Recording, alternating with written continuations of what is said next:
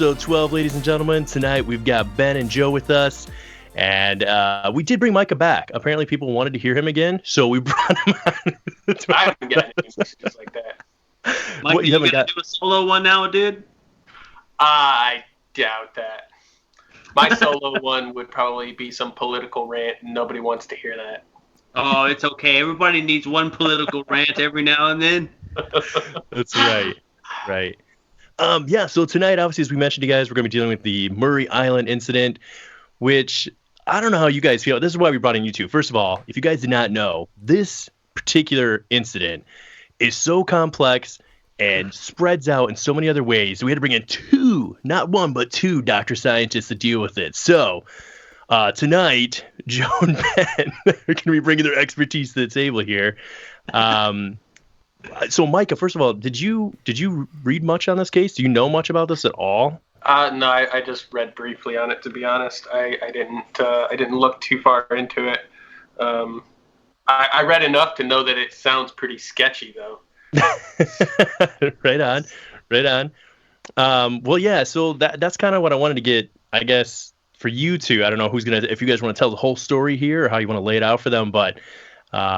We can kind of dig into when this began and what your thoughts are on it. I know I got a couple questions in regards to three specific things, but I guess if you guys want to give the audience just a little bit of an idea of what exactly took place, and then we can kind of start breaking things down from there. So, I don't know. Real quick, just because I don't remember if you actually introduced them or not. Go ahead. You just were like, "Hey, we're here."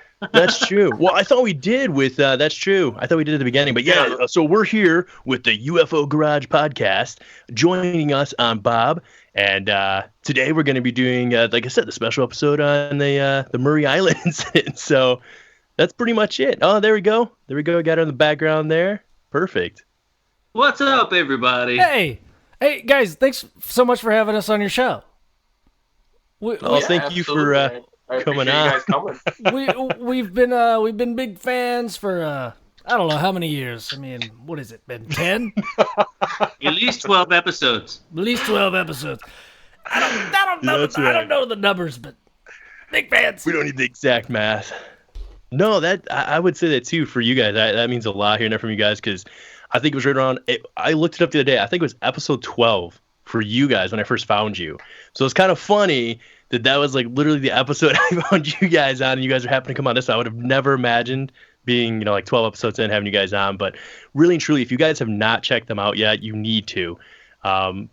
They're very entertaining, but you're also going to get a ton of information. So I know I feel like I've been beating on the drum a little bit on the show here for you guys. So hopefully some people tune in and check you guys out. So. Yeah, man. Yeah. So, man, I guess just started off, man, with the Muary Island incident. Honestly, Ben is the professional here, and he could tell you the whole story right off the bat. Dude, totally. Yeah. So, all right. In June 1947, a bunch of stuff happened. Okay. I know. Listen, and some things. And some stuff. Right. And you're not wrong because June 21st, 1947. Does that year ring a bell to anybody else? Oh yeah. Oh, Roswell. Very soon afterwards. Something big happened. So I'm not an expert on this at all. All I know is that this is like one of the first reported UFO incidences in like newspapers. I guess, it happened before the Roswell incident.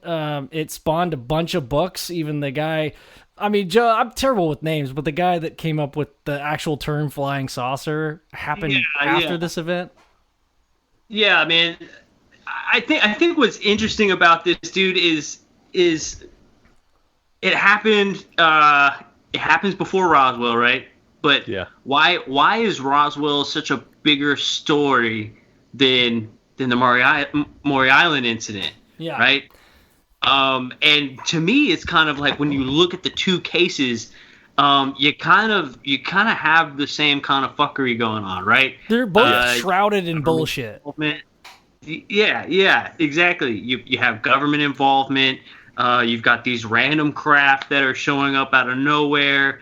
I guess if we're going to talk about the incident, right? They're out off the I guess it's like the Washington State area. That's correct. The little island out there, right, which is Muary Island. Correct me if I'm wrong, but I believe it was a logging area, right? And they would go out there and tug logs and stuff, right? Yeah, they were supposed to clean it up. Yeah. So they're out there. They got their dog with them. They look up in the sky and they see these craft come down out of the sky. And it's weird because, people say, they saw the saucers or the saucer craft, but they specifically say that they're donut shaped, right? Donuts. Yeah. Screw flat Earth. It's donut shaped. That's how. Dude. Yeah, man. So donut shaped. I didn't know that. I did miss that before. Nice. And so, the same thing happens with Kenneth Arnold. Kenneth Arnold is the guy who supposedly, quote, started the flying saucer thing, right? Coined the term. But really with him, he said, I saw this craft and it skipped across the sky, kind of like a saucer across water. Yeah. Right? Also, who throws saucers on water? Like, I know. he had to have like a plethora of china. He must have been very. Yeah. He had a big hoard of plates apparently that he could just get rid of. Sausage on water. Yeah. I forget the guy's name, but he was from Texas, right, Ben? He's actually the first guy. That's right. Who coined the saucer, and it was written in a local newspaper, and this was in 1896, I think. Yeah. And that is actually in a newspaper written down, and then Kenneth Arnold said it. But these guys, they didn't even say flying saucer, and they still call it a flying saucer, like to this day, when they were donuts. Very interesting. Yeah, man. Yeah. Yeah, because not to interrupt you there, but so like with Kenneth Arnold, was that prior to? That was the only part I was a little murky on. Is like some stories seem like it happened like the same timeline where he's seen these 7 or 9 crafts. But that was like, I'm thinking it wasn't a couple days before the actual Muary Island incident or somewhere right in there. Is that right or wrong? Do you know? It was a couple days after the Muary Island incident, and then okay. It was like a week or a month. I can't remember if it was a week or a month. Then Roswell happened. Yeah. Hey, and then coincidentally, right at the same time, we have all these flying saucers that are coming down, and in reality, actually, there was like 3 or 4 major crashes that had happened in the Arizona, New Mexico region before Roswell or any of this other stuff, right? It just didn't get reported because people were like, what the hell? Which makes me wonder that when the Muary Island incident actually happened, the government was so quick to react to it, right? And this is one of the first cases where the Men in Black show up and threaten an eyewitness. So maybe because of all these other crashes, they already had, some things in place, and they were like, look, we don't know what the heck is going on, but we need to find a way to keep people quiet about this. And so I think it's I just think it's kind of interesting that specific thing would happen during this incident, which coincidentally leads a lot of people to believe that it's a hoax. Yeah, so hey, back to the Texas incident. It's Aurora, Texas, Joe. It's 1897. The Aurora. It's a famous one. We should know that, but anyway, I mean, so this stuff has been talked about in newspapers. People have been murmuring, and one has to like kind of guess. If you were to put like false information out there, or just hear a story through the grapevine, say Roswell happens and okay, so I know a little bit about this, but I'm gonna add a little bit to that story, like folklore often does, is add a little bit more oomph to it. And I feel like part of my brain says, okay, that's where a man in black came and like just said, hey, like, what did you see? Like, did you see some secret government plane, or what did you see? And someone interpreted that as, oh, the scary guy came in and said, you didn't see anything. Like, we're, right. Like they kind of overdid it a little bit. It's kind of like that game of telephone. But on the other hand, let's take the words for, face value. Is it possible that there is a secret shadow government organization that sends people out after incidences like this to keep things quiet, to interview people that actually saw these things, that know more than they should, and kind of like threaten people to stay quiet? Absolutely. I don't know. That's kind of where I sit on it. Yeah, I mean, I would definitely agree with that. I mean, like, if you look at I think there was a couple FBI agents that actually showed up to, from what I read, that actually showed up to talk to the patrolman. I think that there was something to do with boats or something like that, and that they had some type of molten like lava fall out of the sky onto their boat. When they investigated, they said, "Oh, it's." I forgot what they said it was, but it was aluminum or something, and they just kind of threw it off, and then they reported back that it was that their investigation showed that it was it was just a hoax, no big deal. And then those two FBI agents actually died on their way back. And that's a little bit sketchy. I feel like. So wait. So 1 second, real quick, then. So to back up just a hair. So leading up to all this stuff that took place, what was the incident that actually went down? Was that Fred? I think was his name. Is that correct? It was on the boat. The guy that was logging or whatever. The actual incident that took place. Was that him? It was a strange name, like Hall or something. Kirkman? Yeah, Chrisman and Hall or something like that. Harold Dahl. Yeah, there you go. Dahl and Chrisman. Yeah, so they're on their boat. They see these craft come out of the sky. One of them comes down super, super low, and so they start heading back to shore because they're not sure what's happening. And then they said it looked like newspaper was falling out of the middle of it. And so it was like floating down all over the place. And it was all over the shore, and it was all over the water.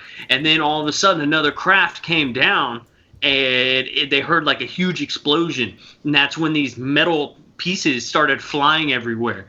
And it actually hit his son in the arm and burnt his son really bad. And it killed their dog. And so they threw the dog overboard. I laughed about that. A burial at sea type thing. And so they drove their boat. They basically ran their boat aground just to try and get back to shore, and so they could go hide up in the cliffs because this stuff was falling everywhere. So it's just like raining hellfire down on them while they're out there. Yeah, exactly. Jeez. And people always say, why would these things come all the way here and then crash? If they're so technologically advanced. And I think the way I think about it is maybe they're doing it on purpose. Maybe they're not coming all the way here and crashing. Maybe they are coming here and purposely dropping a vessel, right? Maybe they're purposely, throwing stuff out of the craft for us to find it, for us to discover it, as opposed to just being here and, oh God, we hit some air turbulence and now we crashed in the middle of the desert.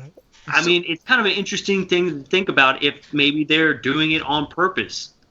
So with that, it's funny you mentioned that as far as, and correct me if I'm wrong, because like I said, I've only really gotten into trying to get into the history of the UFO sightings, and it is there's so much to this. Like, it's only been the past year I've really been trying to study it, and I feel like I'm just barely screaming by, because there's like every story has so many rabbit holes that it's insane. But correct me if I'm wrong on this, but with Roswell, what took place there, didn't one of the soldiers or somebody report at one point in time that the metal that was found there, that they could like crinkle it up almost like paper? and then when they released it would go flat again. So that's funny. Yeah, you mentioning that it looked like paper falling out. That's, I don't know. It's kind of weird that those two tie together, and that was same timeline, right? Within a week or two of each other. And it turns out that the so-called paper that was falling out of this donut craft, it wasn't paper at all. It was metallic in nature. So It was like a really lightweight metallic thing that was floating out of this thing, and then the big metal chunks started falling out of it. And yeah, I mean, so they crashed. Was this thing like crashing? Is that what was like? Is that what he think was going on, or? Yeah. They hit each other, and all this stuff started falling out of it. Is what they report happened. But I mean, even if we do take this back to the Roswell case, you look at the Roswell case and you look at the materials that were supposedly taken from it, and like I was saying, maybe they did this on purpose. You know, what did we get from it? Kevlar, Velcro, fiber optics, new metals, you know, all these different things supposedly come from this one crash. And maybe it didn't specifically come from this one crash. Maybe it came from all these crashes that were prior to Roswell that led to the advancement. Because we got to think about it. Like if we go back, we had Olaf on our show, right, Ben? Yeah. And he was talking about the episode. That wasn't a fart, by the way. That was my zipper. If you heard it. Did it sound like a fart? It didn't until you mentioned that. Hold on, let me lean over and just rip ass real quick. That's amazing. God. But, what man. you were saying about Olaf there? So we were talking about the secret space program and how they had already been doing stuff like this way before the 60s. We launched the space shuttle, went to the moon in 69, but they had already been moving infrastructure to the moon in the 50s. Yeah. You know? And this is right after, Roswell, which is 47. Coincidentally, right after Roswell, not even a couple months later, the Air Force becomes its own branch, right? Yeah. And then the CIA is developed right after that. And it's just weird how the sequence of events take place, after these major crashes. And around that time, too, we really start, seeing like connectivity between people, Mm-hmm. Now finally the railroads are all connected, we're starting to get, these telephone wires, and they're being able to send, like these telegraph messages, and newspapers are a big thing. Cities are really starting to develop, around this time. Like, we're getting into like a really more advanced society, right after, the industrial era really kicks in, and now things are really starting to boom and really starting to move along. So it kind of makes sense that almost like maybe something like this is kind of the next step to bring us into this technological era. We're out of this industrial age, but we use that to push this new technological age that we're going into. And, what was it? The Wright brothers, as soon as they, what was that? Less than 60 years from the first flight of the Wright brothers to landing a man on the moon? Yeah. That's not a lot of time at all. I don't know off the top of my head. I feel like they were working on it. It's like 1905, I think. Somewhere in there. When the first one, because I know they had them by World War I. And, but I don't know off the top of my head. Mike is probably going to Google this for us. I know I can see him looking at it. So look it up. I'm doing it too. Oh, perfect. First flight of Kitty Hawk was what year? You pull it up? It says the invention was 1903. 1903. I was a couple years off. My dates are always really a couple years off. Well, it lasted 12 seconds and covered 120 feet. So I mean, that's like, the first. So from 1903 to and then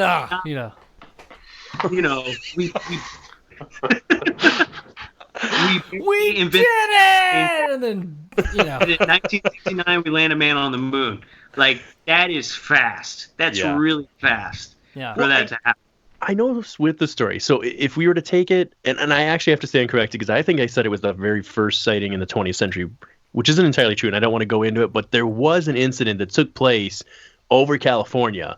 I don't remember the incident of this, but they literally opened fire at night, like tried to blow the crap out of this thing in the sky, and they claimed it was a weather balloon. But without going into it, I just want to stand corrected. I did misspeak on that when I wrote about it. But with this particular incident, the reason I think it's so intriguing, like you're saying, this is the first eyewitness account from, depending on how you want to follow the story, at least 3 people. So you have Kenneth Arnold, right, who's seeing these crafts, who was a pilot himself, tracked the speeds and all this, and seen like 9 of them.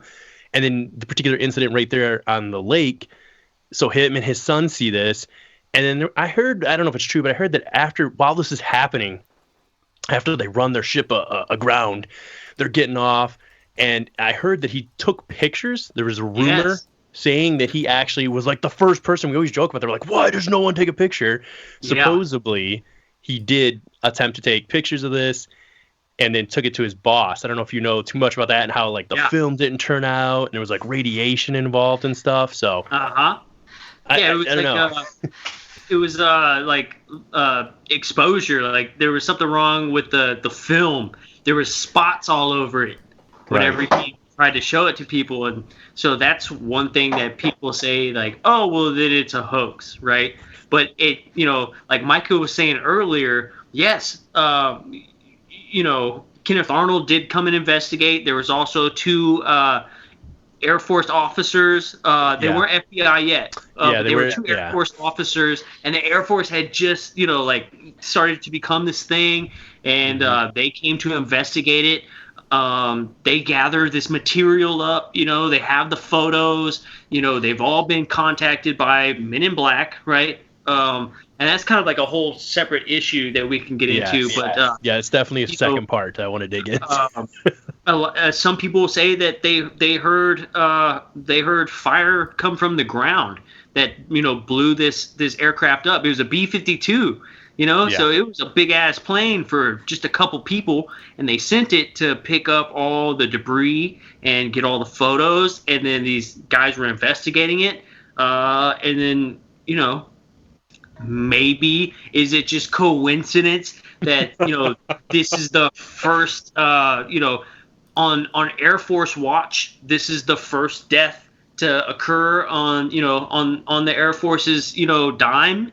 Is that just coincidence that it's a brand new thing and then all of a sudden a B-52 falls out of the sky?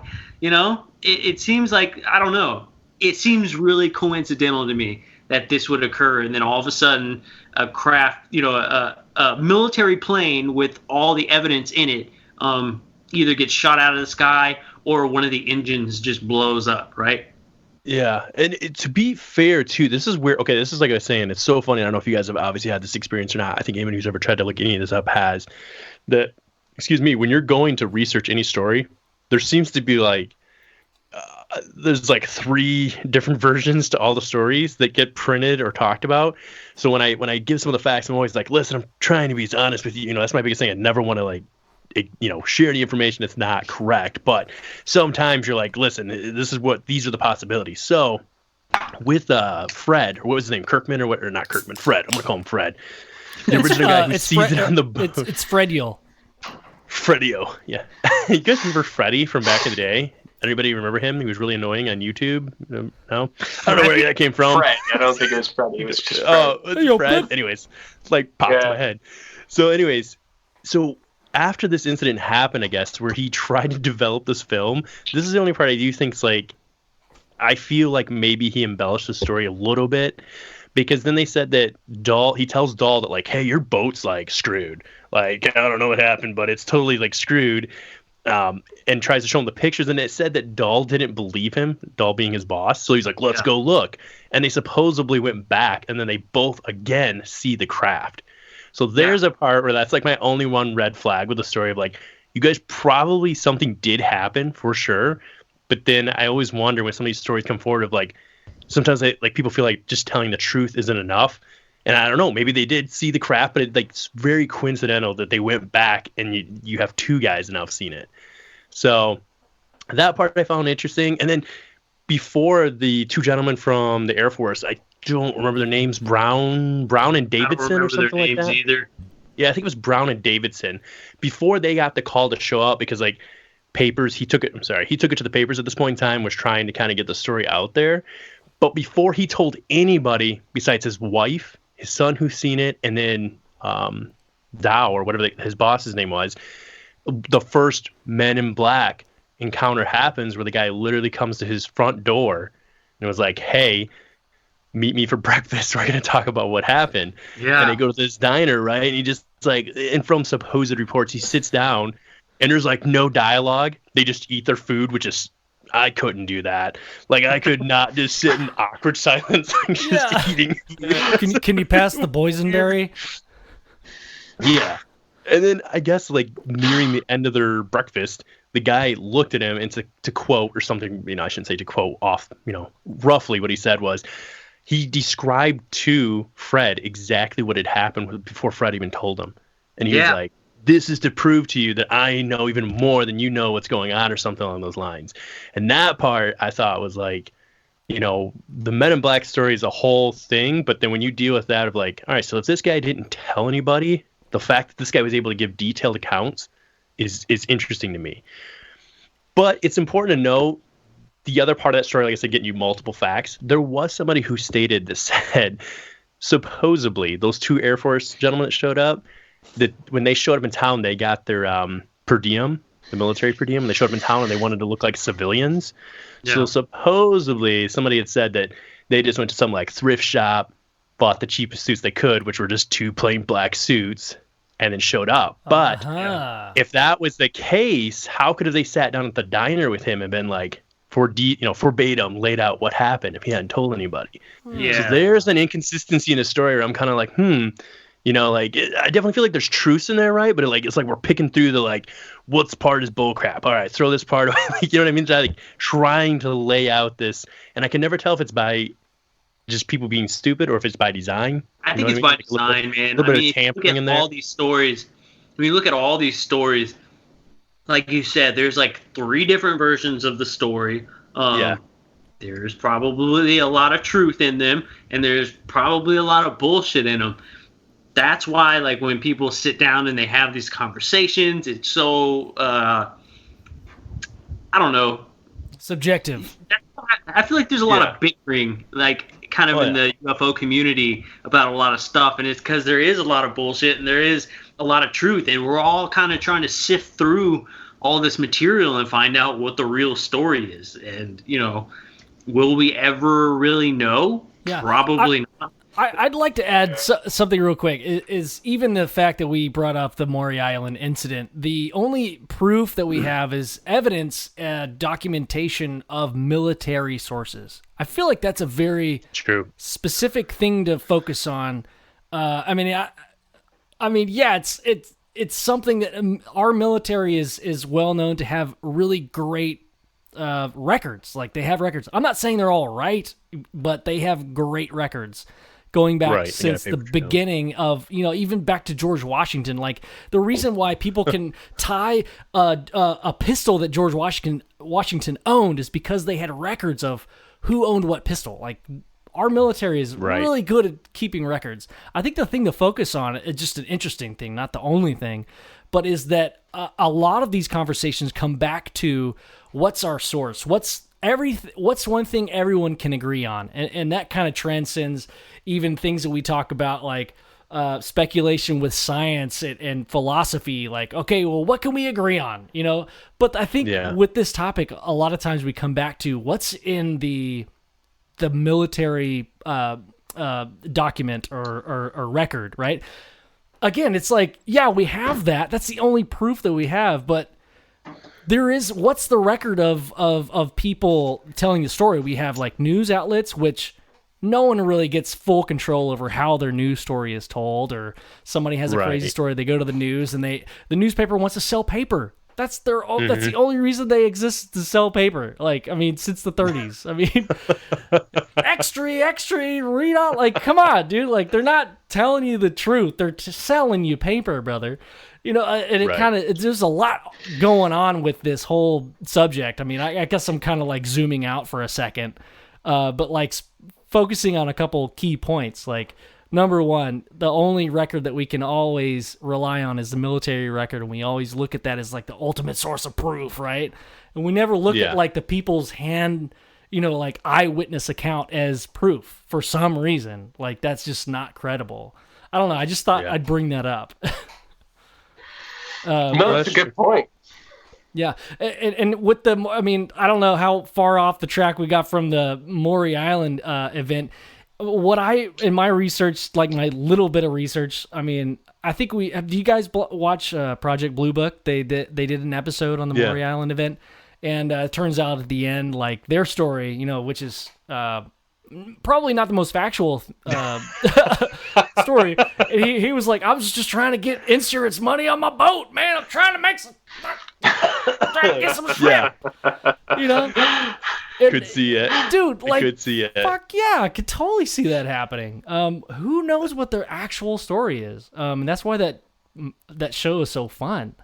But then you move up to the Men in Black story with the Muary Island event. It's like, bro, I believe both sides. I think there's definitely a possibility that somebody showed up and said, "Hey, shh," Well, and shut your mouth. Yeah, because that's what he basically. I forgot to add that on there. That supposedly from that conversation, the guy threatened him at the end was like, told him, he's like, "You bring this up again, I will kill you." Like, just put it right out there. Like, not even like something bad could happen. Like, just you're gonna die. And what got weird, and this is where like there's a hole in the story because the timeline gets like a little murky. So at this point in time, it sounded like the Air Force, the two gentlemen, were on their way to be deployed, but from his story, Fred's, it sounded like this incident at the diner happened like because the gentleman from the Air Force didn't even get deployed until it was already in the newspapers. So like that's how they kind of caught wind of this. Oh, so it wasn't like they were there like the next day. Yeah. And that's what I thought was interesting is that some people were saying they're like, though when they were saying that the Men in Black don't exist, like that was just the Air Force guys. Well, it sounded like from the timeline, like the Air Force guys didn't even show up for like 3 days. Oh, that's really interesting. When they show up, he mentions to them this guy, the supposed guy who told him to be quiet. He shows them. Correct me if I'm wrong, but I think he took them back out to the lake, right? He shows them like the evidence they even collected. Supposedly, now this is where it gets like these guys never got to finish the report because like Joe brought up, this is where they were I think it was the very next day, the Air Force was becoming its own first official fifth branch of the military. Or maybe it was only fourth at the time, but point being, they're splitting up from the Army. Was that with Prescott Bush, or was that a little later with the CIA? Am I wrong on that? Was it somebody in the Prescott Bush was later? He was later. Okay. So just a little bit. So like at this point, these two guys like they basically go with Fred and Dow, whose reputations get kind of dragged through the mud after this, and there are some reasons to why there could be some validity to that too. But he basically said, listen, I think there's something worth investigating here. We're going to come back. And then they were like, we got to leave tonight, right at midnight. And this is the part, right? Like, okay, where I'm reading the story like in my head and I've been trying to like gnaw on it and figure it out. So they're flying out at like late at night. Excuse me. I don't know the exact time. Somewhere between 8 and midnight is estimated. And so flying this giant plane, like you were saying, I can't remember if it was a B-52 or B-25, one of the two, but the point being, it was a big plane, right? Not like a little cheap plane. It was expensive. Yeah. They're flying out, and with no evidence, apparently, except for Fred did say he gave them a piece of the metal or whatever had fallen from the sky. And they crashed. Now, here's a part I never knew about the story ever until just recently. I happened to find this out from a guy who's like a historian just for Washington, so he does like drunk history stuff and it's pretty entertaining. But he found out there were 2 other guys on the plane with them. I didn't know about this. There were like 2 just enlisted men that were flying with them. We're going to drop them off and they were going to fly the plane back. And the plane apparently, supposedly, the report says that the left engine catches fire. They're like, holy crap. So they were like, yeah, we could fly a plane, dude. Like, no worries, dude. Got it. Pretty much, yeah. Yeah, so these 2 guys, apparently, these 2 enlisted guys whose names I could not find, jump out. Like, they literally jump out of the plane, parachute, And then supposedly they're like, yeah, that the left wing ripped off, hit the tail of the plane, and it spent into his death tile, right? So then they were like, unfortunately, Davidson and Brown couldn't even get to it because they were in a death tornado of flames, like that part makes me wonder, like, I just think it's weird. Like, in the back of my head, I'm like, if you're going to go down a conspiracy path, totally feel like those two unnamed, unlisted guys that we can't find a name of were like, psst, psst, to the back of the head and then jumped out the back of a plane. Yeah. Like, yes. Yes. It's like, I mean, it's just weird. And then why did you need that size of a plane? That was another point that was brought up. They're like, if you were just flying back, like if it was just these guys going back to be dropped off, why would you take this massive B-25 or whatever it was? It was for storing things. Right. Dude, there had to have been so much technology in that plane. Yeah, I know. To take like 4 guys in a B-52, like what's the point of that? It doesn't make any sense. Dude, I mean, you kind of think about it, and how times have changed, right? One thing that kind of like, when you look at the current times, what now starts to make these old stories not seem crazy anymore is the fact that now you look at people like TTSA, right? Mm-hmm. Who, wasn't getting any funding by these rich, millionaires anymore. They got a couple that are helping fund, right? But who did they go to specifically for these projects?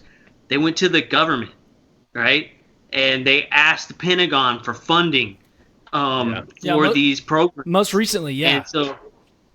And so now you're starting to look at this and you're saying, so this has always been like kind of like a private industry, investigation type thing. And we've always had to like battle, what the military and the government are saying versus what the private industry is doing and saying. But now you have this private company who teams up with the Pentagon specifically and now gets government funding for these projects, for these investigations. I mean, they're taking, abductees and they're investigating these people. They're following them around. They're doing, the science. They have physicists and they're trying to make shit float right now. And, they've obtained pieces of these metals and they're doing like real work on it.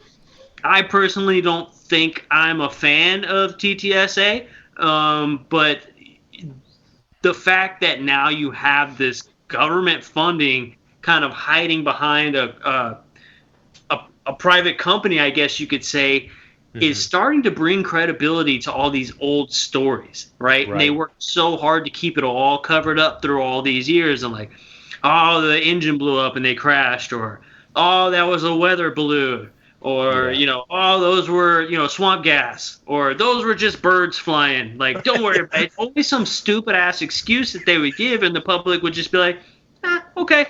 Because you wouldn't know any better. It was an owl on a burnt tree. That's what that was. An owl.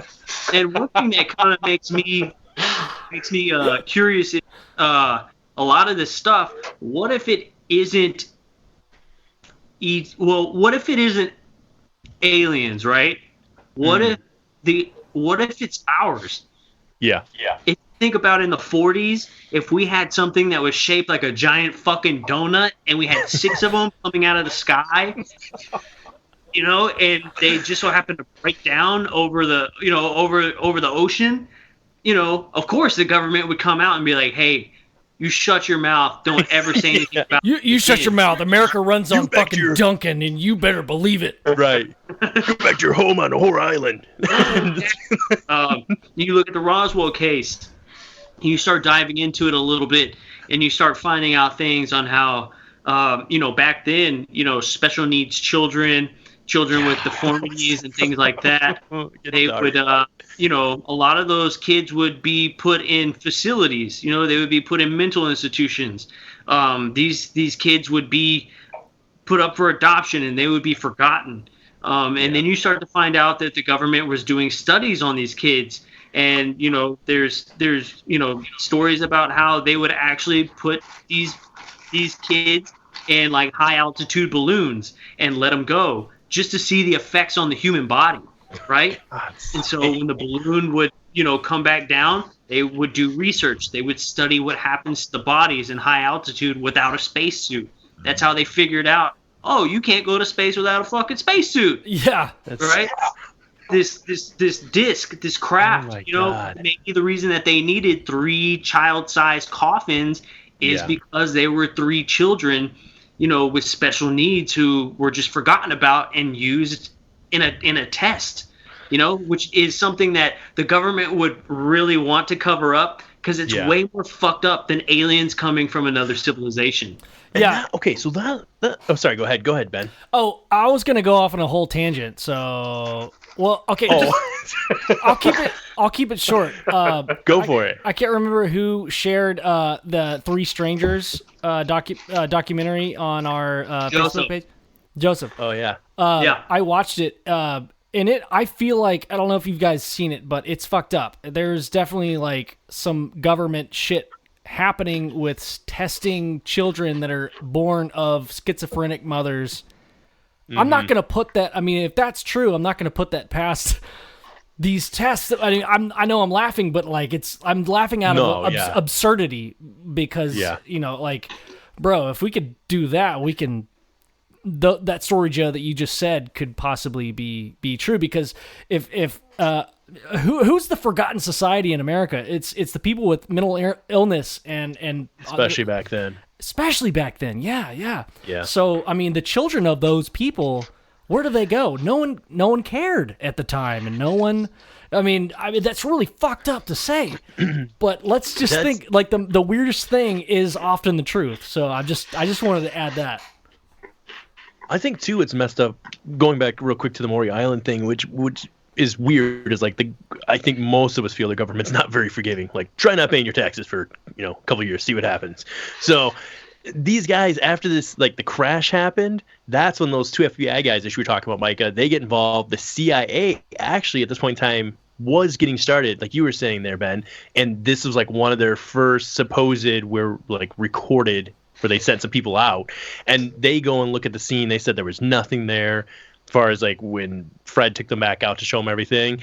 And then they made a deal. The FBI actually threatened him. So on top of the Men in Black, you had the FBI be like, listen, we'll cut you a deal. 2 guys died. We lost, what would be probably millions of dollars now on an airplane because you lied, but you're going to run with that. And like, as long as you admit that it was a hoax, right, then we'll drop this. And I noticed that got twisted, because I always heard the story initially before I really dug into it.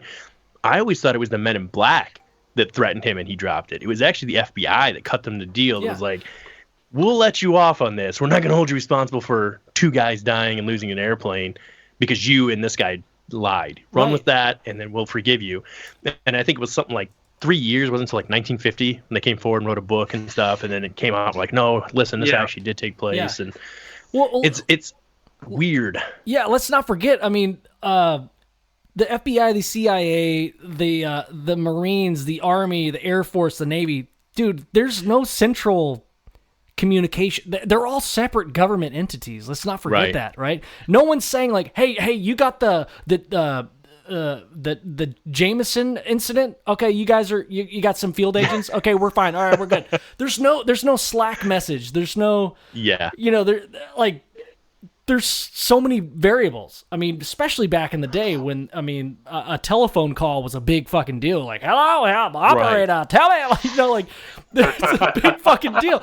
No one was communicating. So the fact that there are 3 stories, like full circle back to what you guys were saying earlier, is like, yes, there are 3 stories. There is no one story to this, right? It's like we got to keep our minds open.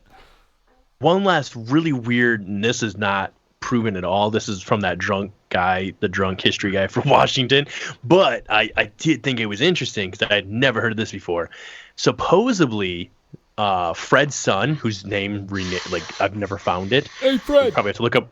He filled out his census like he was supposed to. So anyway, so his son, and again, timeline's murky, but somewhere within like a week of this incident, his son just disappeared. Dropped off the planet, and then popped up, I think, in Wyoming or somewhere out west. Waiting tables. Yeah, he didn't remember how he got there. What? Yeah, he lost time. Like I forget how many weeks, but he just lost time and was like, I don't know how I got here. So he got a job and just started working, or just like you said, woke up, basically came back to working, and then I just that was back in the day where you didn't need a social security number to get a job at a diner. Like you just walked in. Yeah, you just need a body. Hey, I got 2 words: pancakes and coffee. I got you. Yeah, dude. I mean, it's crazy. You know, like I'm sure you've heard, you know, our episodes. I can't remember if it was Melinda or if it was Lorian that was telling us the story. About the French slam. What? The French slam? The French slam, bro. I think that was Lorian, right? She was telling us about the military guy who woke up for work, right? And he went into work, and then the next thing he remembers is he's washing dishes at his parents' house, and it had been 3 years. He had 3 years of missing time, and he doesn't know any of it. So there are military programs where they do the brainwashing and, you know, the whole missing time thing. What was that movie, Ben Affleck, back in the early 2000s? You remember that? He would go in and work for like these super high big businesses. It was like paycheck, something like that. But yeah, he would like work in these big places and they would wipe back his memory. But that's weird. That would have been Melinda's, Joe, I feel like. I think it is Melinda's story, but I think Lorian was telling us about it because I had mentioned it, and she was like, "Yeah, that's a Melinda story," and I can't remember. Had to do like something Ramos or something like that. I forget the guy's name, but Melinda has a list of military people that have years of missing time, and they don't know what happened to them. Right. So bringing that back, sorry to bring it back to the Muary Island one last time real quick, and we'll go down this path, and then we can hit whatever pretty much. So with this, so I had a little hypothesis in my head, just for the fun of it, right? So Mike and I have talked about before how Hollywood and different stuff is used to kind of program people to kind of believe things that aren't maybe true. So when events take place, we just assume that that's why. So obviously from the Men in Black movies, the new ones, like Tommy Lee Jones and Will Smith showed up at this event. They went back in time and they questioned these guys. Tommy Lee Jones was like, I know what happened, son. Be quiet. Anyways, my thought is, you know how they always joke with the Men in Black saying that they have like the memory wiping thing where they're just like, you didn't see anything. So what if this son was like, I'm not going to be quiet. And they were just like, but there was like first new technology and they went too far with it. And they're like, oh crap, he doesn't remember a thing. And he's just like walking into trees. Walking into trees. No, like, that's the plot of basically Special Ed now. That's the plot of Elf, by the way. I love you. I love you. I love you. Oh my God. Bam. I crossed the candy cane forest. Through the Lincoln Tunnel. I wish I could like specifically remember how far this kid traveled, but it was a ways with no vehicle. He didn't take anything. He just ended up out there waiting tables. And if we're going down the Men in Black path, if that exists, okay, so we have 2 ways that this could go, I feel like, and I'll get your guys' perspective, but it seems like if the public is reading up on this, you have 2 ideas, which is there's a military, truly top secret military black budget deal that we don't know anything about. That could be the Men in Black.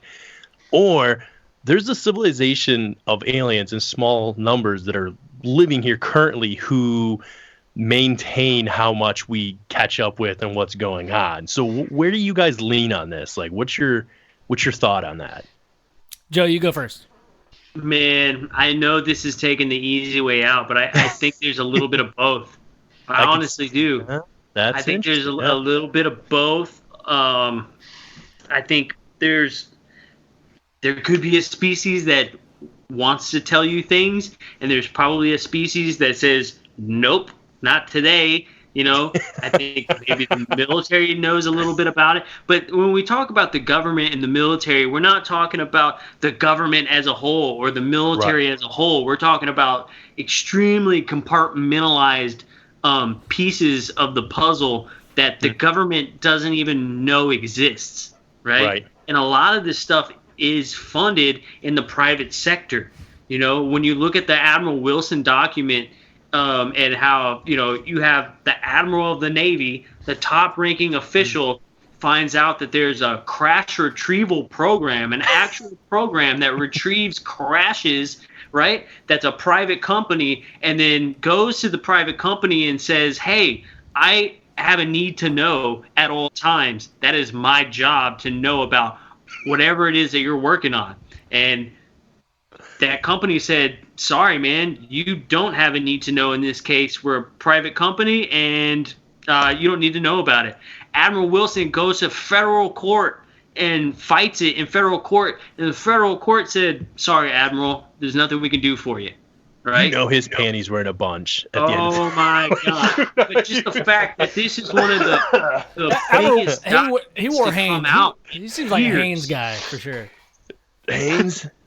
Yeah, I mean, this is one of the biggest documents to drop in years because one, we have the Admiral, and then two, we have the names of these people, right? And three, we know that for a fact there is a crash retrieval program. And I don't know, when I say that to people, I feel like it just kind of goes in one ear and out the other. Like, oh, really? But no. Did you hear what I said? There are crash retrieval programs that retrieve crashes of maybe extraterrestrial, origin.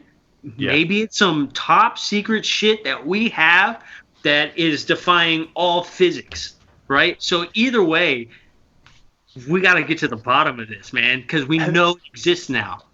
Well, when you say crash retrieval, I think it slides through the ear canal so smoothly because it sounds nice, like crash retrieval program. Like it sounds like, oh, it's like a protective, like we're protecting you, or like, oh, if you go down in a commercial flight, we're gonna retrieve your body and or save your body before you die.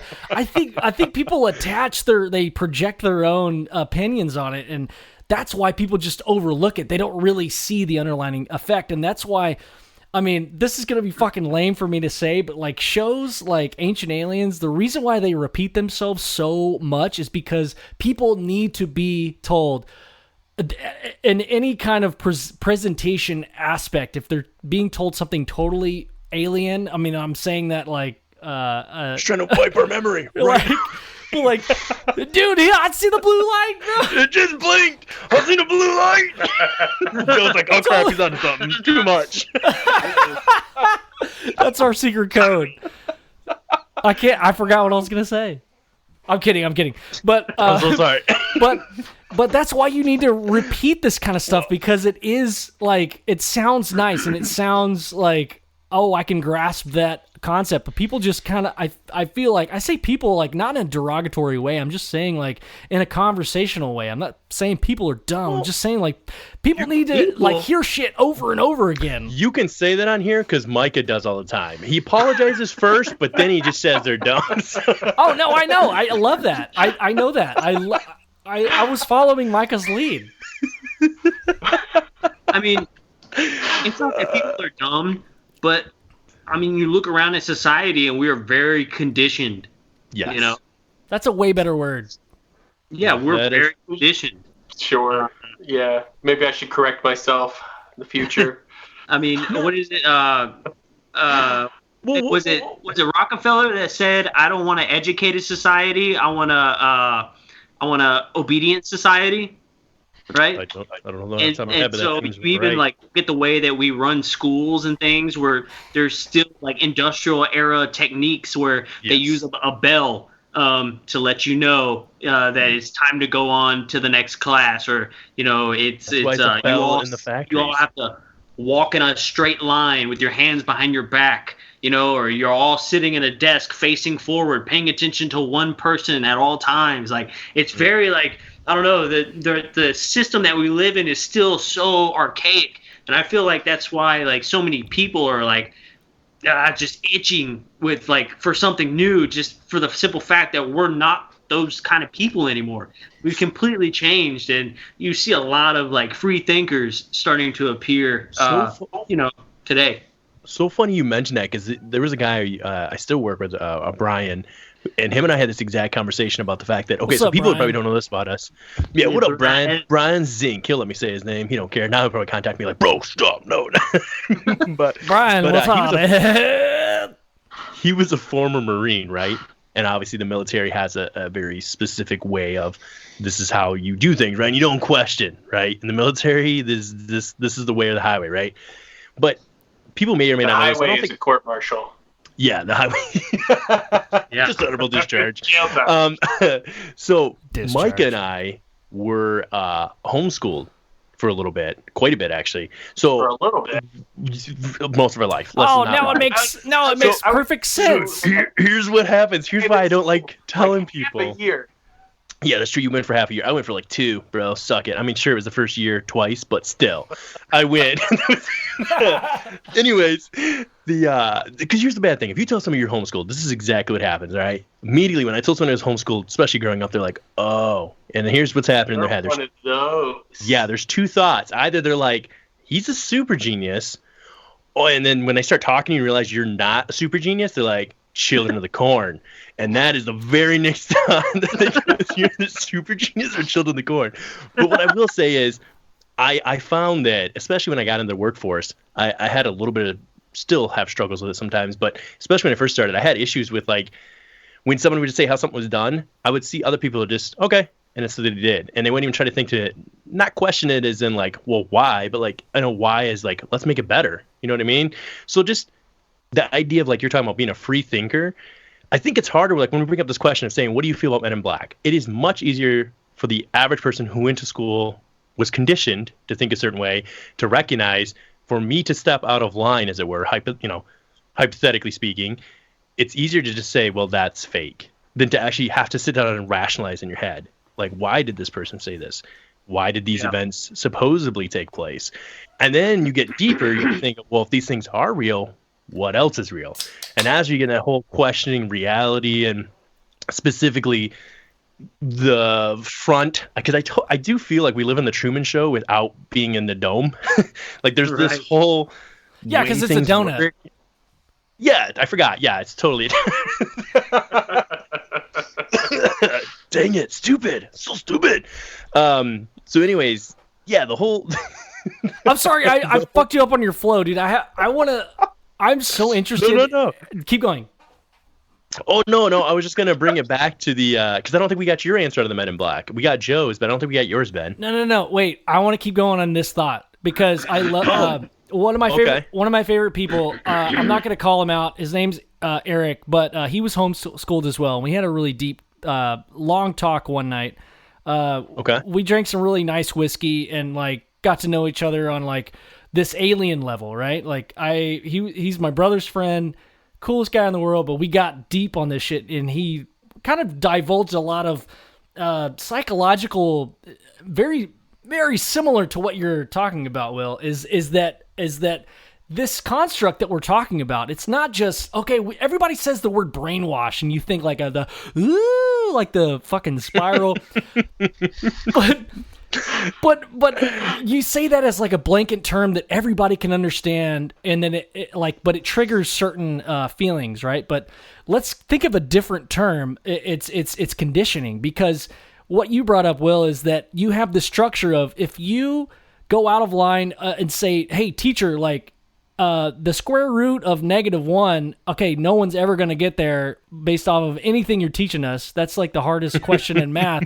So obviously everything you're teaching us is bullshit. Like, if you would have done that, you would have gotten sent to the principal. So that's number one. Right. Like, if you like contradict the teacher, that's like a bad thing, right? Like, I remember, I mean, dude, I'm dumb as hell, dude, when it comes to like dude, like when it comes to math. I remember my geometry teacher was so cool. When I was so dumb that I have questions about everything. Like, I slept through most of my prerequisites, so I had a lot of questions.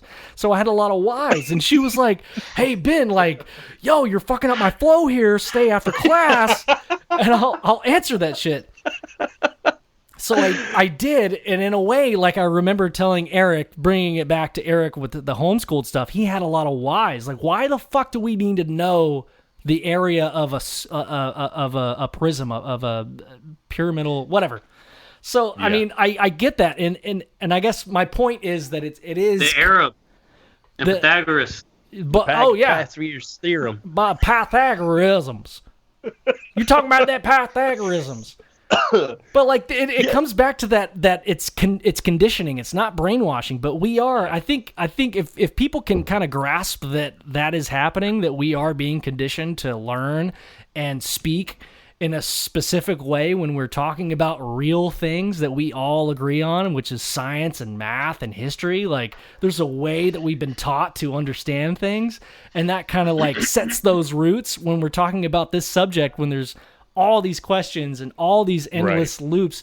Like just be cognizant of that's where we all come from. If you're in the public school system, is that we're just rooted in this bullshit, right? Well, that's what Zink and I were saying, because he went to school, and I was telling him, I said, I think they would have gone two ways if I'd gone to school. I would either done really well, because like I wanted to be not like a teacher's pet, but anytime there's a teacher, I've always done really well about like just doing what they wanted to do. Or I would have been definitely a problem child, just based on like the fact that I can't concentrate for crap. Like I can't focus. So Brian has the same issue. He's like probably attention deficit disorder like me, probably. I don't know that I have that. People just say that. People say that about me, so I'm whatever. If they want to say it, I don't self-proclaim it like it's some sort of a victim thing. But anyways, I was saying that when you have that and you're in school, I was telling him, I was like, I bet you I would end up at the principal's office all the time. And he said that's what happened to him all the time. Because when he would ask why, that's what happened. That was instead of an actual answer in a conversation, it was easier to just shut it down. Right. And don't be a problem child, because now you're causing issues in the class. Right. You're disrupting others from learning. And even, bringing us back to Mike and I in some ways with talking about this, we had our own, even though our parents encouraged us to be very free thinkers, for sure, which I didn't realize at the time, because when you're growing up a certain way, it's just the way it is, right? Are you guys patriotic at all?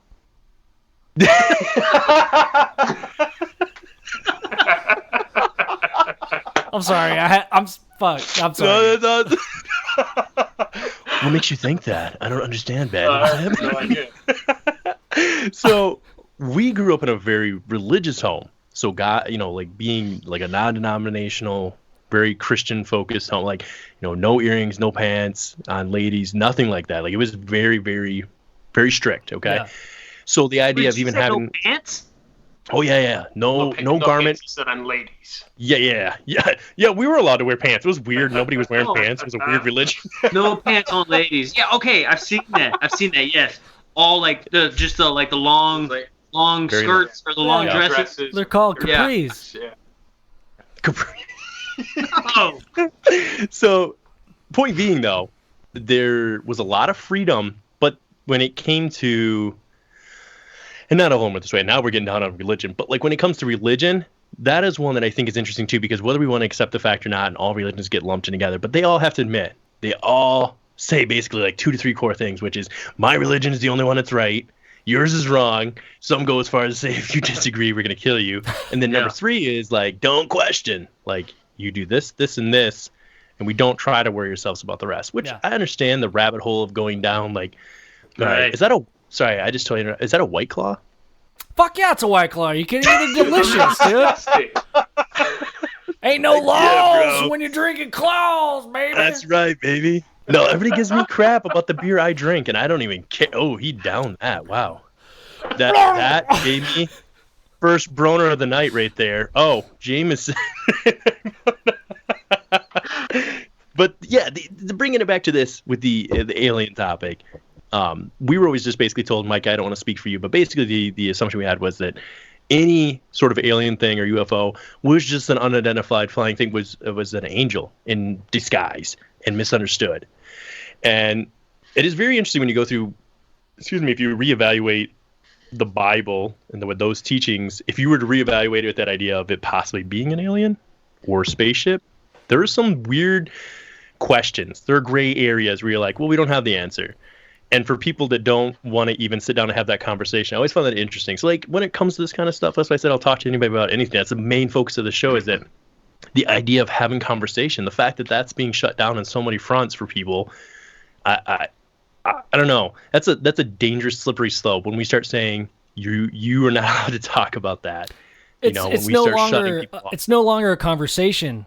at that point when people say you're right or I'm right and you're wrong. Like, what's the point? Like, just give it up, right? Like, if I'm not saying like you're anybody that says, hey, look, Jesus Christ and the Bible is totally factual, there's no room for aliens, and you totally believe that, fine. I'm just not going to talk to you because there's no conversation there. You know, like, I respect that, but, you know, there's no conversation. Let's talk about something else. I think, you know, when it comes to like the whole religious thing, it's kind of like when you're talking about school, right? You know, like, yes, we have this foundation of math and science, but as we all know, the more we learn, that math and that science changes, right? To become more correct. It's always advancing, and we can't forget that. And so I think where religion kind of has its problem is that, like, yeah, you guys, we all have this foundation, right? But we kind of stopped learning, stopped advancing that religious perspective. Maybe there's a lot more to it, and we've only been given the beginning piece, the foundation of all of it. I think that there's a lot of growth, you know, whenever, you know, I come from a very religious family, a very, like, religious Catholic family. Oh, and, you know, my thing is that, you know, maybe these subjects aren't so much to challenge your faith, but maybe they're coming up to help your faith grow in a new way that you never even thought possible. I mean, I know, you know, me and Ben, you know, we've kind of recently come across some stuff, I guess you could say, that really kind of like maybe links this stuff together. When you're talking about angels and aliens and religion and this whole phenomena that we're talking about, that maybe it's a little more connected than we ever even thought. You know, I think that's what's funny is that, like, I remember specifically the one time I heard a pastor when I was a kid going to church, that he specifically said in the one service, he was like, if you believe in a UFO, you can't believe in God. To believe in a UFO is to deny God's existence. Oh my, he said that? Yes. But here's the thing. If you take the Bible for the word that it is, it says that God created the heavens and the earth. It doesn't even say one heaven. It's heavens, plural. So who's to say that, you know, and this gets really deep into religion, like, well, God only sent the Son of God to earth, and it gets different. But the point being, if God created the heavens and the earth, I think it's so funny that, listen, everybody has, like I've always said too, never for what I believe doesn't mean that you have to believe this. It's just what I believe for myself or whatever. So if I believe in God and he's this all-powerful being that could do anything we want him to do or need him to do, how is it that when it comes to this particular area, though, we take God, this all-powerful being, and we put him in this little box? We're like, nope, only earth. Like, that's it, God. You can only... to me... And I know that we have a couple, I think 1 or 2 family members that are probably listening that are probably a little triggered right now. I was going to ask, like, Micah, how, do you agree with William's statement? I'm just really curious. I haven't heard from you in a while. I mean, I think it's possible. It's plausible. I don't know. I'm not 100% sold on aliens, so that's where I differ a little bit on William. Yeah. I think that as we've already pointed out, there's a lot of BS that floats around in that kind of whole, like, sighting. It's not like it's like Bigfoot. There's lots of people that'll tell you they've seen Bigfoot. I personally don't believe Bigfoot exists. Shut your whore mouth. I feel like we would have found, like, some hard evidence for a creature that supposedly lives on Earth. So I can't. I personally would say that's a hoax. That's bullcrap. Look at your face. You're like 3/4 Bigfoot right now. Like, you put you and Joe together. Y'all are. God. Oh, seriously, they are Bigfoot descendants for sure. Oh my God. Sorry, Micah. Keep going. Yeah, Micah. Yeah, religion and yeah. How do you? Yeah. What's your like religion right now? Not alien. I do think it's a little. Like William said, I do think it's a little bit hypocritical to claim that God is this all-powerful being that created everything, and He knows everything, and all of the powers they speak of. But then, like you said, they limit Him to just this earth, and He only created life on this earth. So I think that's a valid point, and it's plausible, I would say. I don't necessarily believe that there are other planets with life on them, but I am not completely disregarding the possibility. Yeah. Well, I mean, that point is super important because I know a lot of people listening to this have that exact same point of view, and they're just listening because they're curious. So, I mean, like, that is a very important thing to... I mean, we've gone off of so many different random tangents, you know, like... That's pretty much our show. We do... But, I mean... Yeah, pretty much every single show, we're like, yeah, we're going to talk about this, and then we just go every other direction. Yeah. Except... We talked about Muary Island in the beginning. This is the tangent portion of the show. Right. Exactly, yeah. That is right. Well, I mean, like, I don't know a lot about the Muary Island incident because it is so much shrouded in bullshit. I mean, Micah, I think you and Will both said, like, it's just a lot of fuckery going on, and that's why I didn't give it a lot of effort. I mean, that was one of the first things I ever heard about, like, when I really got into this stuff. So it's been a while since I've heard a lot of the facts and dates and names and stuff. So I feel like it's a good starting point that just kind of gets this conversation going. I think, like, anybody listening to this that's just curious about, like, okay, well, when did this all start and where are we now? I feel like that's a really good, a really good topic. So, yeah. Well, yeah, because that and I could be wrong, but that led into, well, obviously, like you're saying, the Men in Black. The first that week too, by the way, I forgot to mention this. That particular week, there were more sightings that week than I think till 1952. And somebody went through and listed all the sightings. There were literally sightings all over the south and west part of the country. Like, I mean, he went through and named a ton of them that were going on. So that's my only thing is where people say, well, the Muary Island incident is totally fake. None of that was, that guy was just trying to get rich and made it a hoax. Right. That guy.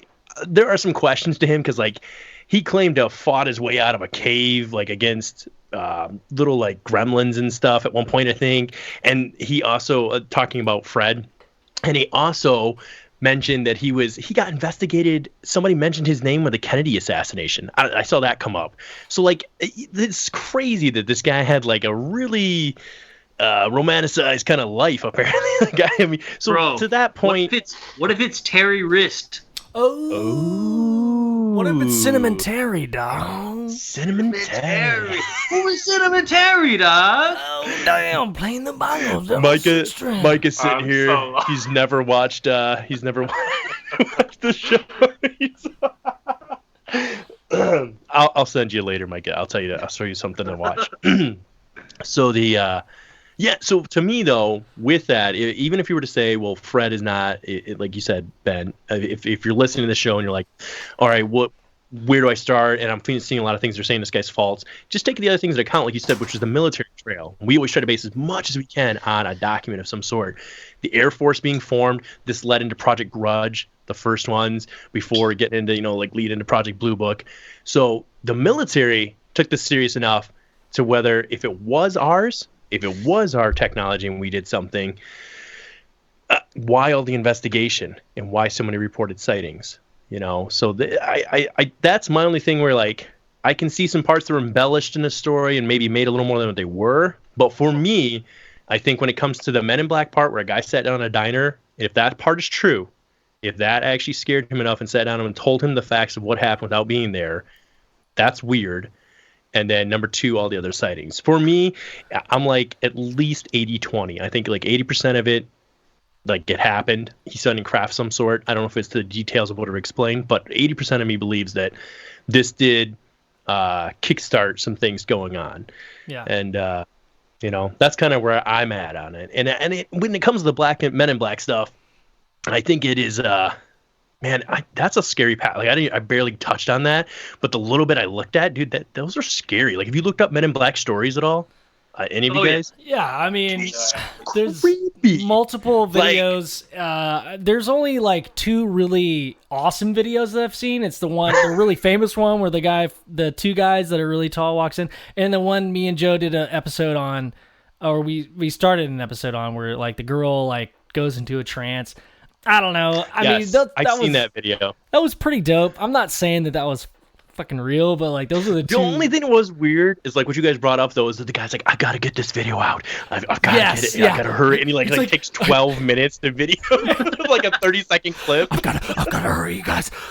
I know you can barely hear me, but like I'm gonna really close to my fucking microphone. That was the only part that again made me like wonder. Yeah. But when it comes to the witness accounts, like there was one out there, the craziest one I heard of, supposedly a guy at Men in Black shows up, somebody'd seen a craft, and he like had a coin in his hand. He makes the coin levitate, and then he like lights the coin on fire, and it's like, if you talk about you seeing this, will be you. Right. So even if this is military, that's still some technology that that's scary. And I think that was in the 70s or 80s. I don't remember when that case was, but my point being, that's scary enough in and of itself. Even if disregard aliens, the fact that technology might exist and somebody could harness it and use it, that's a scary thought. So here's where I kind of like to go with it. Let's just say in the 60s, I'm just throwing out a number. So let's say 69, because 69 is fucking dope. So let's say a government agency, this black budget government agency, comes across this amazing technology. It's undercover, like it's underground. Not a lot of people know about it. And then they're testing some craft out, right? In 1969, it was before the rocket ship to the moon, and this oh shit! Every time you're onto something, Joe's like, too far.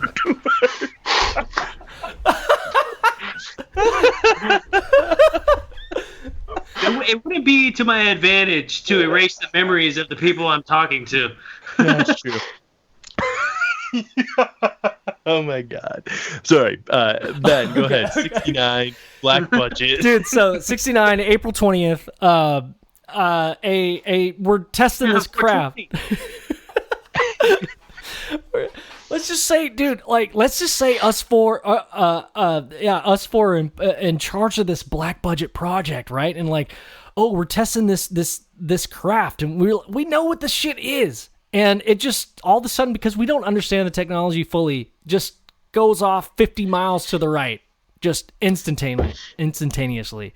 And all we can do is be like, hey, Peter, come back. Sit down, come back. And he comes back, and then you guys we land the craft, and we get it back in the hangar, and we're like, oh shit, well, somebody saw it. Fuck, dude. Somebody saw it. That's it. Vegas is that way, dude. That's where he went. So somebody saw it. So what would we do? We would like protect our asses, dude, by sending out me and Joe in a badass black suit and like fucking sunglasses and like, you didn't see it. Hey, what did you see? Well, I know what I saw, but like, what did you see though? I mean, that's what I was joking about with the Muary Island incident. I was like, Jimmy Bob, if it was military technology, Jimmy Bob lied on his like resume, got in that craft and like couldn't fly it for crap, was just like slamming into things. And they're like, you need to settle down right now. And he pushed the eject button and he's just throwing crap out of the craft. Like, it makes you wonder, if there is, because so if we're operating on the pretenses that this technology definitely exists, and that the military, like Joe said, because I've had many conversations with my uncles about this before, saying that if you take our civilization, our species, by centuries, so every 100, 150 years, particularly every 100 years, there were a few, maybe 4 to 5 breakthroughs every 100 years that like really revolutionized who and what we were. But if you take the 1900s to 2000, it's freaking night and day. You're just going 1900 to 1950, like you said. We're landing on the moon. Nikola Tesla. I mean, you have Einstein in the 30s. I mean, like, yeah, you have a shit ton. And then I would wager to say that as much technology was made from 1900 to 1950, we almost blew that away in the last 30 years with what we've come out with. Like, we're advancing so fast that we're now at that point where we've been conditioned to expect that when we buy something, we just know it's going to literally be obsolete when we walk out of the store with it. Like, we know that. We know when we drive off the lot after paying 0% APR, we know.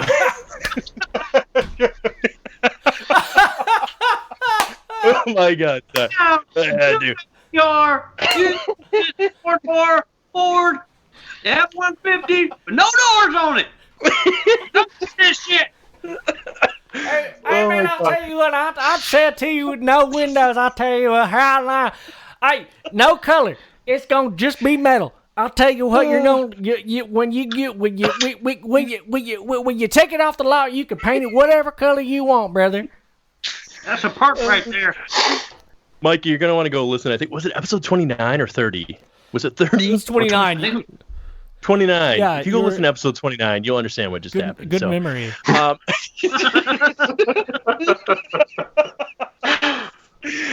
anyways, yeah, so if this technology is in some sort of, whether it be private tier, like a private company or the military, we'd have to make the assumption that, like you said, take what Bob Lazar said about the technology. It'd be like taking a small nuclear, conductor of some sort or box and or a motorcycle. It back to the Victorian era.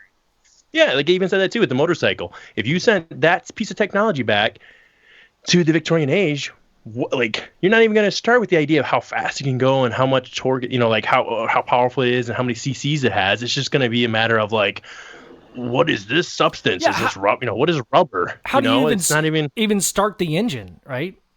Correct. Yeah. Right. Even if you did start the engine and you drove it around for a little bit, once you ran out of gas, how the fuck are you going to put more gas in it? Because you don't know how to make gas yet, right? That's true. Kind of where we are now. I'd look at the gasoline hole and I'd put two and two together, I guess. But it is a fair assessment to say. Victorian age, though. Do you That's guys a little feel? wide. I feel, or at least Micah, do you feel that if possibly aliens exist or other species, do you feel that the military definitely has their own technology in this area that we're seeing, as well as the possible alien technology? Do you feel, because I know, so for Micah, he mentioned where he's at with aliens, but the Tic Tac video did intrigue you quite a bit, correct? That one kind of caught your fancy? Yeah, that one, just because I feel like the credibility behind that one is a little bit stronger than most. I feel like the credibility behind it. I'm just kidding. I mean, they had actual video of it.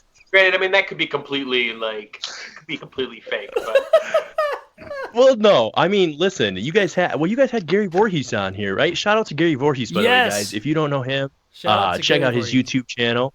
He's got one set up now. So, but he came on and he talked about that. Obviously not quite as credible as what was the gentleman that went on Joe Rogan? The pilot. I forget his name. Commander Fravor?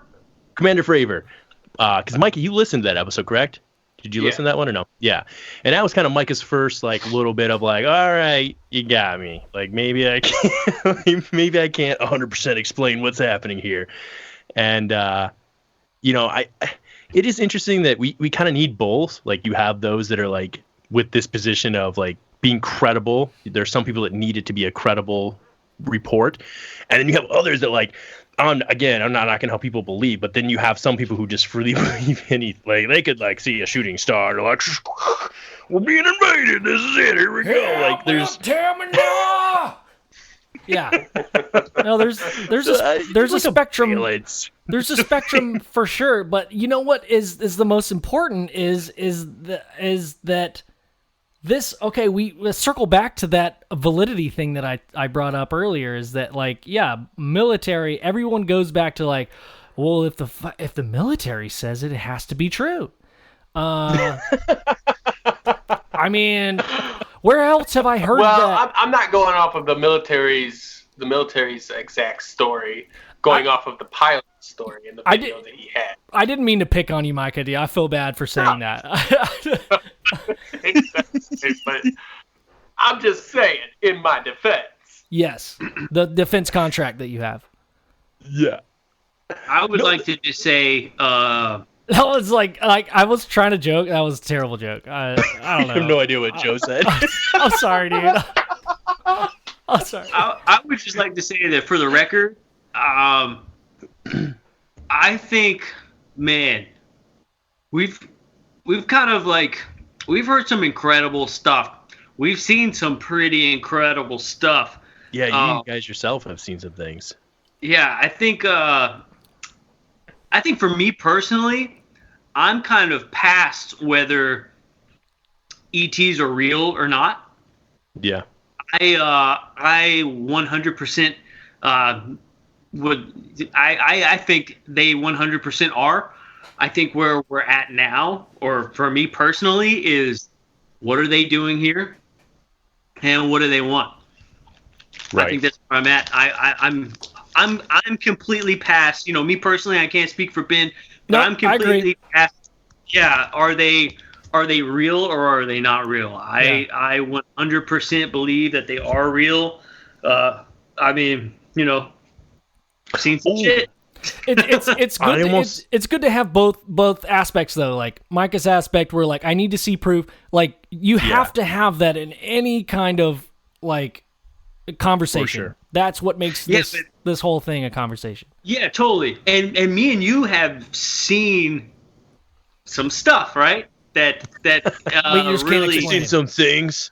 Some stuff. And some stuff that if Micah was able to see those, his mind possibly could be changed. You know, so that's true. Okay. But there's just one thing before you go, William. Oh yeah, I'm not accusing anybody, but usually the stories where people are like, "I seen some stuff." There was maybe some mushrooms or some acid involved. So, none of that was small. This definitely wasn't, and it was. It's government stuff, you know. Yeah. This was in Sedona, right? The first incident that you guys had. Yeah, this was separate. This was our sober night. We had we didn't have anything to drink because that was our whole point, Joe. Because we were like, we want to go into this thing sober, right? Yeah. Yeah. I brought some alcohol with us, but like it was so fucking dark that we couldn't even see. Like we were like, okay, I'm too afraid to get drunk on this hill, this mountain. So we had the alcohol with us, but we were straight sober. We were so giddy, like we were like children, like playing Legos. Like we were so excited. So yeah, I mean, yeah, dude, I've done hallucinogens. I've been through that, but like this was a very sober night. Yeah, like not even alcohol. But I mean, yeah, you have to ask that question, right? Like, oh, you saw some stuff. Even when you're on like hallucinogens, you don't really see shit. It's all, you know, it's in your head. Well, if you've ever done it. Even I'm not. Yeah. Never experienced that whole like. Well, I mean, that freaks me out. I don't know how much you're willing to talk about, but something's here. Yeah. Well, okay. What about this thing, guys? Okay, so to this point, on both sides of this. I'm tripping out on mushrooms right now. Yeah, dude, I see Bigfoot's dick right now. I can't even. It's like a red rocket. It's like the size, like the dog, like just a pink version. Oh my god! All right, so concentrate. So to tie it back in with what you're both saying, so I've again, because we've talked about this on our show before, me having the voice in my head that like runs scenarios and never shuts up. One of the conversations that like I constantly have in my head and I try to figure out is, okay, with the conditioning of school, and even with like the beginning when us as parents, how we tell our kids what's real and what's not, I question. Okay, let me just share a story.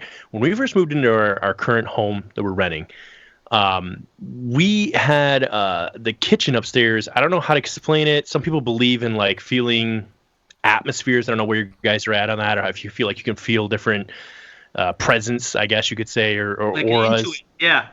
But Yeah, there are intuition. times like, okay, so all of us have gone, to bring it to maybe the listener who's just listening, you've gone into your basement before at night in the dark, right? Like you've had that moment where you feel like your hair, like you're on edge. Like you just feel like you're a little more on edge than if you're just sitting in your living room.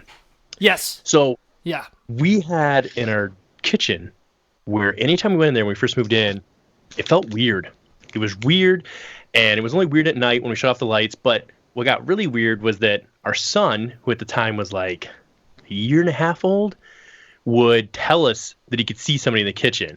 He would like say that someone, he wouldn't say what, because he couldn't really talk, and Micah knows because like he didn't talk very well in the beginning, but he was like saying stuff about the kitchen and somebody being there.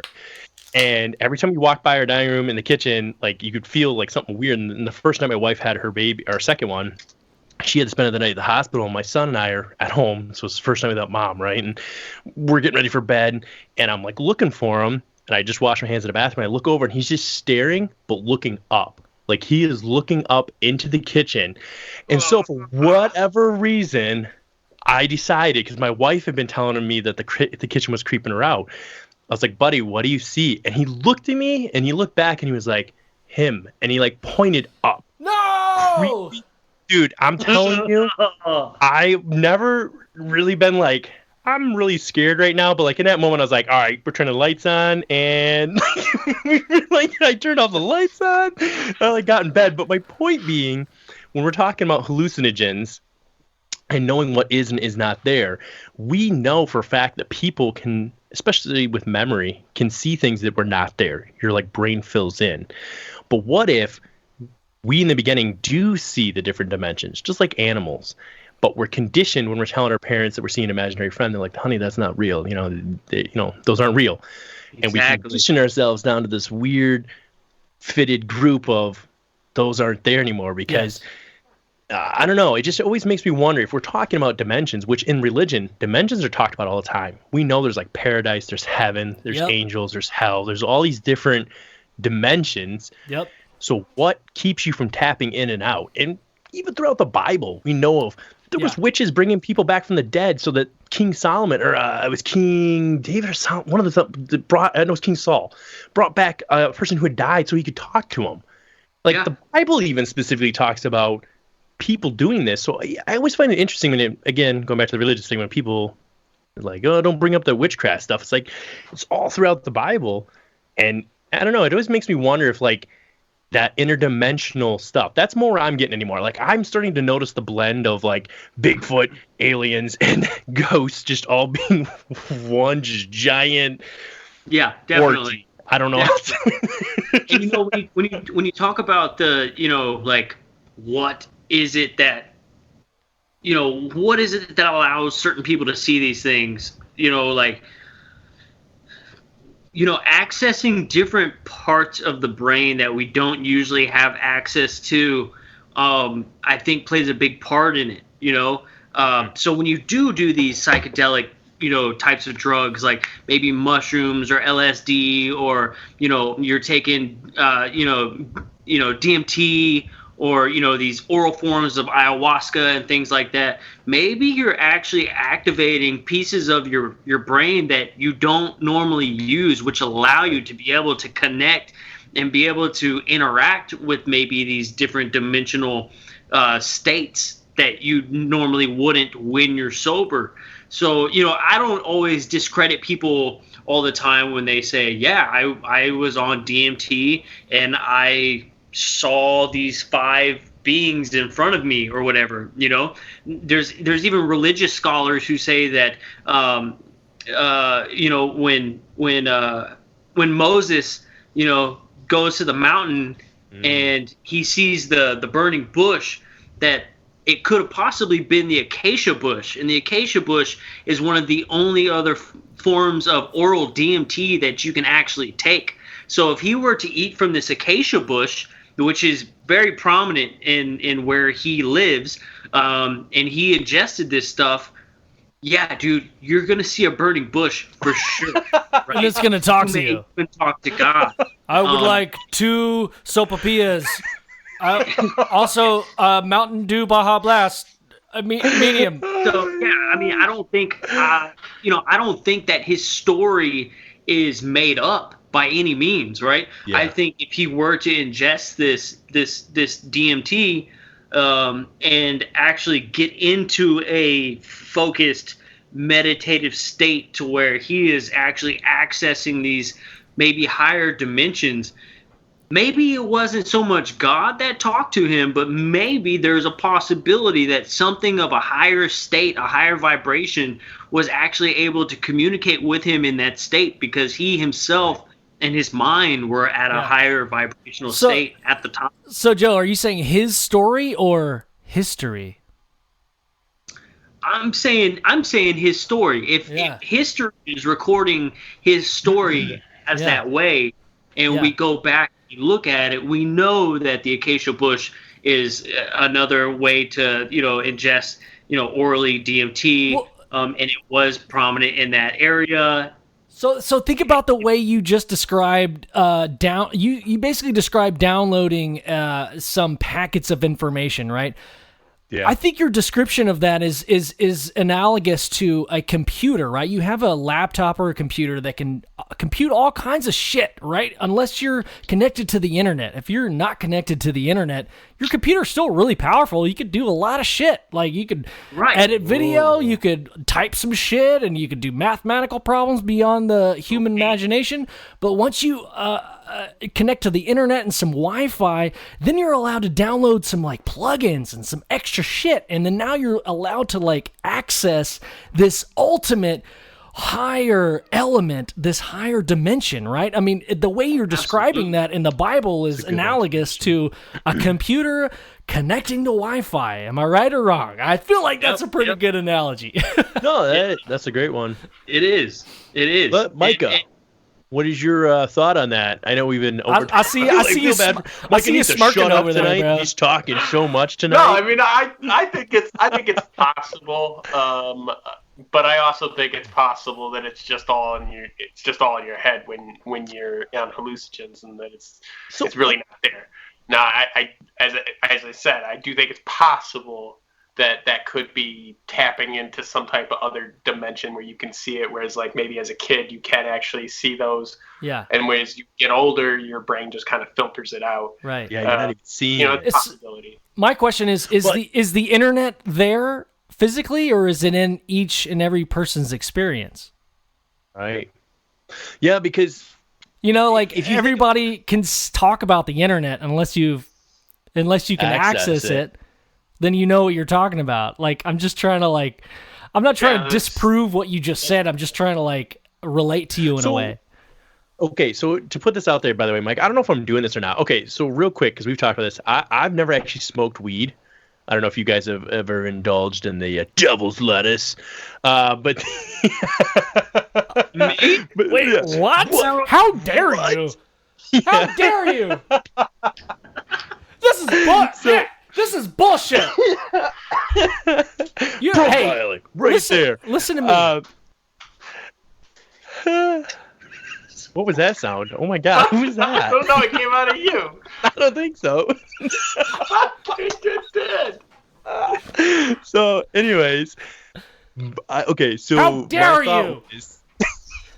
I've never actually smoked weed at all, and the main reason why is I'm just concerned that the day I do will be the one day I get hurt that week, and I'm like, I swear to God, I've never smoked weed. 3 days later, I get hurt at work. Yeah. But anyways, I have heard that some people, especially when they ingest, or they feel that they're more. For some people, feel like depending on what they smoke, that it opens their mind up a little more. Now, I don't know if you want to share your stories at all, Mike, or if you're comfortable with that or that idea, if you have or have not ever smoked. But to that point, that's like a tipping point to DMT. And if they say that DMT, they feel the possibility that when we're dying is what's released. And a lot of times there have been stories of when people are passing away that they're communicating with the other side. I do think that it's interesting that is what's taking place for them. And then I've heard stories of people who have done DMT saying that they did meet something, and their general first encounter of it, depending on where they were at mentally, was to make them evaluate themselves. Be like, listen, look at what a terrible person you are. Like an ego is all dissolving. Yeah. Right. Yeah. And even Joe, as we always mention him. Hey, guys, go listen to Quality Podcast. Joe Rogan over there. He's gonna. He's talking. Who? Did you say Joe?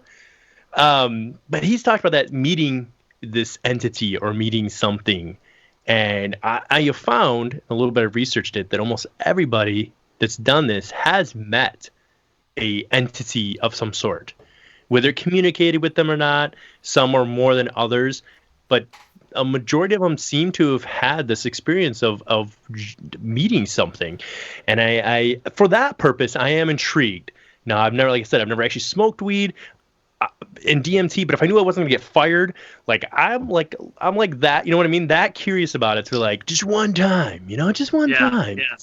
I don't know. I feel like you can't.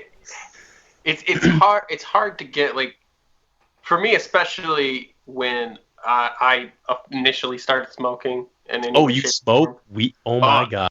Act like you didn't know this. Oh my God, Micah. Jesus Christ. I know.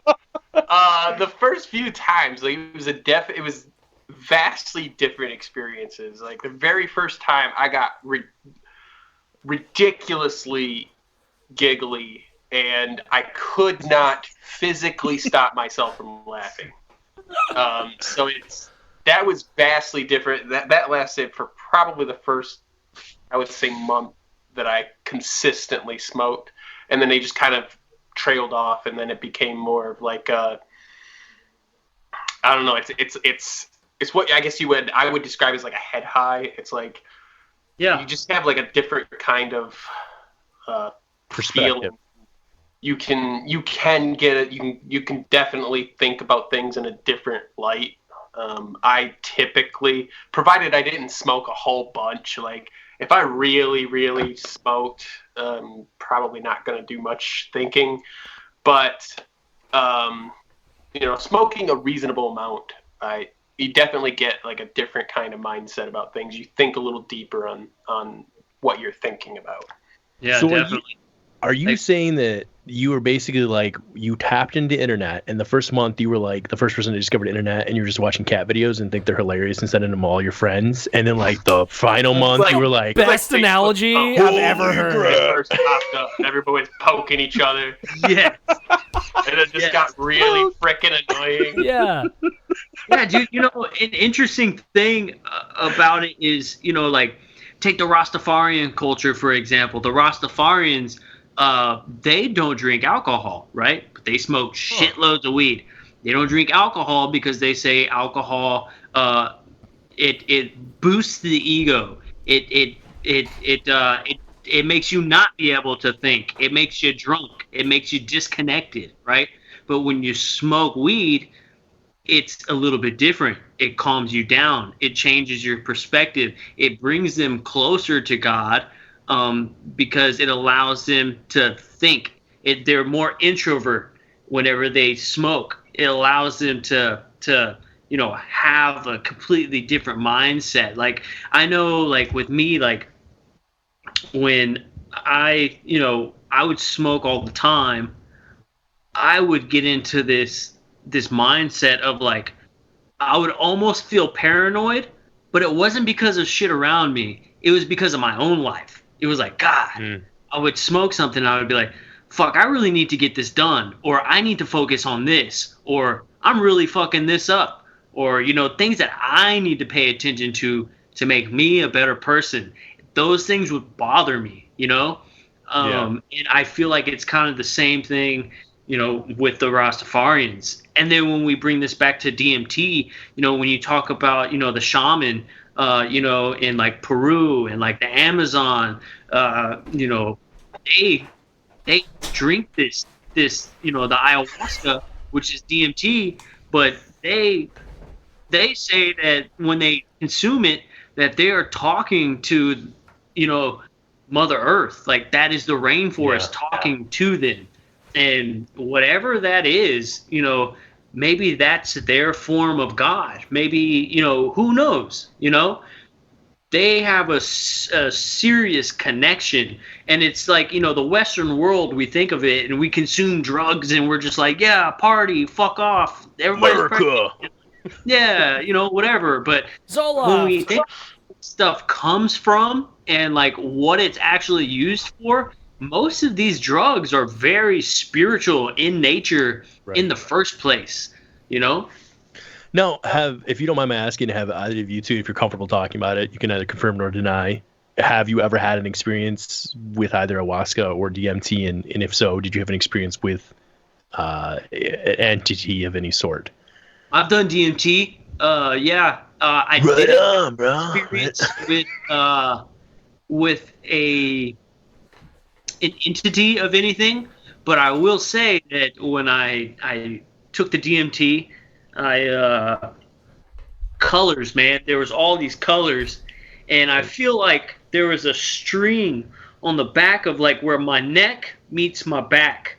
Ooh, and there was a with the string, spinal cord. It pulled me up like out of my body. Like I could see, like I was sitting on the couch like this, and it pulled me up, and I could see myself sitting on the edge of the couch. It was a strange experience. It was a very out of body experience. And had I done more, I probably would have come in contact with this entity. You have to go somewhere to meet him, you know, and I don't know where I was headed, but I didn't make it that far. It made it far enough to be able to see myself, you know, which was a very interesting experience. Tripping balls for a minute. Yeah, definitely. It's one thing to look at yourself in the mirror, right? Right. And you see this person, but it's a completely different experience to see yourself, like as a human body from somebody else's perspective. It's weird. It's like you're getting somebody else's perspective on you. Yeah. Which, you know, I kind of is like, it's kind of like an analogy on like, again, like when I was talking about smoking weed and the things that I needed to focus on to be a, you know, like a better person. It's kind of that same feeling. Like I look at myself and it's almost like it kills your ego, right? It really kills your ego to like kind of see yourself from a completely different perspective. So it's very, very interesting.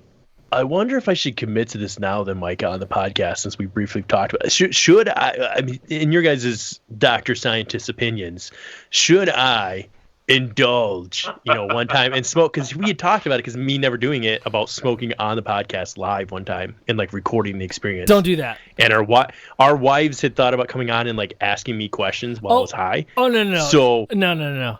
He just said don't do that. I would agree. I have a lot of thoughts on this. And William, I mean, I feel like I know you. I feel like we've been friends for a few months now, and I want to protect you from that, because that would be fucking horrific. And it would ruin every experience after that, because I'm a firm believer that your first experience with marijuana is the most important, because it tells your brain. I mean, our brains, like, think of it like a computer, right? If you have a negative experience your first time, all of those synapses are going to react every single time in that exact way. And so you're going to have to like keep smoking more and more, and like you condition yourself to like, feeling paranoid and awkward is like a part of it, right? Like, you get over it. But your first experience, you got to do it with Micah, with your brother, just in a very lax situation where there's going to be no even idea of authority or wife. Just go sit. I mean, now with this virus going on, just go sit in a Starbucks parking lot and get high. That's what I'm. Or a Long John Silver's, because no one's been there since 1984. Truth. I don't know how they're open. I don't understand. No one understands. We still have some out here. No one gets it. They're there. Nobody's ever there, but they're there. Yeah. I don't. They keep making food. That's where the Men in Black hide out. Yeah. That's where they have like their headquarters. We just don't know. Yeah. Well, I guess to be fair, to be 100% transparent, I've never smoked. However, my aunts, old school from the 70s, did make a brownie one time, and this was pushing 3 years back. And I was like, all right, I'm going to do it. And it wasn't really planned. It just kind of happened. And I didn't regard any of their rules, like take little bites and then wait. And I had like my initial brownies. I was like, oh my man. Whole different beast. Yeah. Edibles, yeah, but nobody did this. And she did it old school. Like she didn't cook down the weed and then get the oil and extract it. Like she straight up had buds in there. Like she gave me the old school that sounds experience. disgusting. Dude, I bit into one. I was like straight up bud. No, like, she baked buds within the brown. How did that even work? Because listen, old school 70s. I don't know. She grew up with some hard stuff, man. Like, so she was like, "Don't be a pussy," and I was like, "Okay." And then, so she said it like, "Don't be a pussy, bitch." So, anyways, with my aunts and my wife, I tried this, and it, like, I ate my first amount. My wife had a little bit and took one single bite. My wife had never done edibles, and she didn't want to eat hers anymore. So I was like, "This tastes pretty good to me." So I ate that. Then I went and got some more. When we were said and done, like, I literally probably eaten like, not that much, but like that much. I had 2 good sized pieces of the brownie, right? Yeah. And I was like, this is nothing. Yeah. And we were having dinner. We just finished dinner. And I noticed my one aunt walked behind my other aunt. And she like scratched her on the head. And my aunt was like, "Are you feeling something?" And I was like, "That's weird. I don't know what she's talking about." And then without even knowing what was going on, I went from looking at my aunts to all of a sudden I realized I was locked eyes with myself, but I didn't remember looking at myself because there was a mirror in their dining room and it freaked me out because I was like, no. I was just staring at myself. And there was it's funny that you mentioned that, Joe, that whole feeling of like, I felt it from back here up through my head and then down into like all of a sudden I could feel my heart. Like I could feel every part of my being. And everything, and then all of a sudden I heard laughing, and I was like, "Who the French toast? Like, who is laughing?" And then I realized it was me. I was just like, usually like Joe just did. I was just like, "Oh my god!" And I was just like laughing in the mirror, and it like hit us all at once. But it was heavy. Like, I mean, I got like the first 30 to 40 minutes was great. Like for whatever reason, I could not stop laughing. I wanted to take a drink of water because I was dying of thirst, but I couldn't do that. And I just got up, I went outside, and I was standing on their back porch looking at the sun setting, and my aunt and them were talking. I'm like, "Where's Will?" And I'm like, "I don't know." She went and found me on the back porch. She's like, "What are you doing?" I was like, "I'm just watching the sunset." Like, I don't know. It was just, I thought it was the most hilarious thing ever. But then from that moment on, there was one weird moment, like within it, like some people said I got like the perfect, what's it called? Like where you get an up and then a down. I don't know the terms, but like marsupial. Sativa, indica. Yeah, like I got a perfect like ha ha ha, and then holy crap, like crash, right? Because I went in this chair started to like swallow me. Like I was just sitting there, dude. I was gone. I was laying in this chair, and in that moment with my eyes closed, it's weird to say, but it would come in waves. Like I just don't know why. I was like in Hawaii, and I was just like this wave. I was just up and down on this wave, and I didn't see anything, but I felt similar-ish as to if I was slightly somewhere else. So to be fair, if that happened from weed, that's where it makes me curious about the DMT stuff of, do you think that is the next step? And why, if we're going to get into Schedule 1 drugs and stuff, like, for God's sake, have you looked at the list of Schedule 1 drugs? Like, it doesn't really make sense. It should include coffee. I get so much shit done on coffee. Oh my God. I wouldn't have a job if I didn't have coffee. True story. Yeah, dude, it's pretty wild. I didn't mean to bore you guys with that story, by the way. I went way too far. No, that was great. I wanted to like interject and be goofy, but I didn't want to interrupt because I'm already making a fool of myself. I would like to bore you guys with this story really quick. It was pretty interesting. I had taken LSD, and was it the time you and me did it, or? No, this was a different time. We could tell that story too. But oh shit!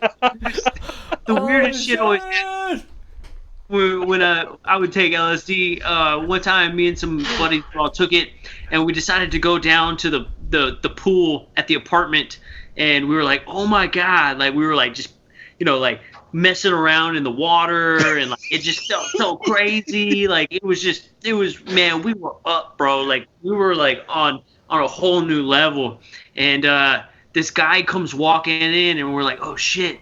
He like walks into the pool, and he asks us. He says, "Hey, man, y'all got any blank CDs?"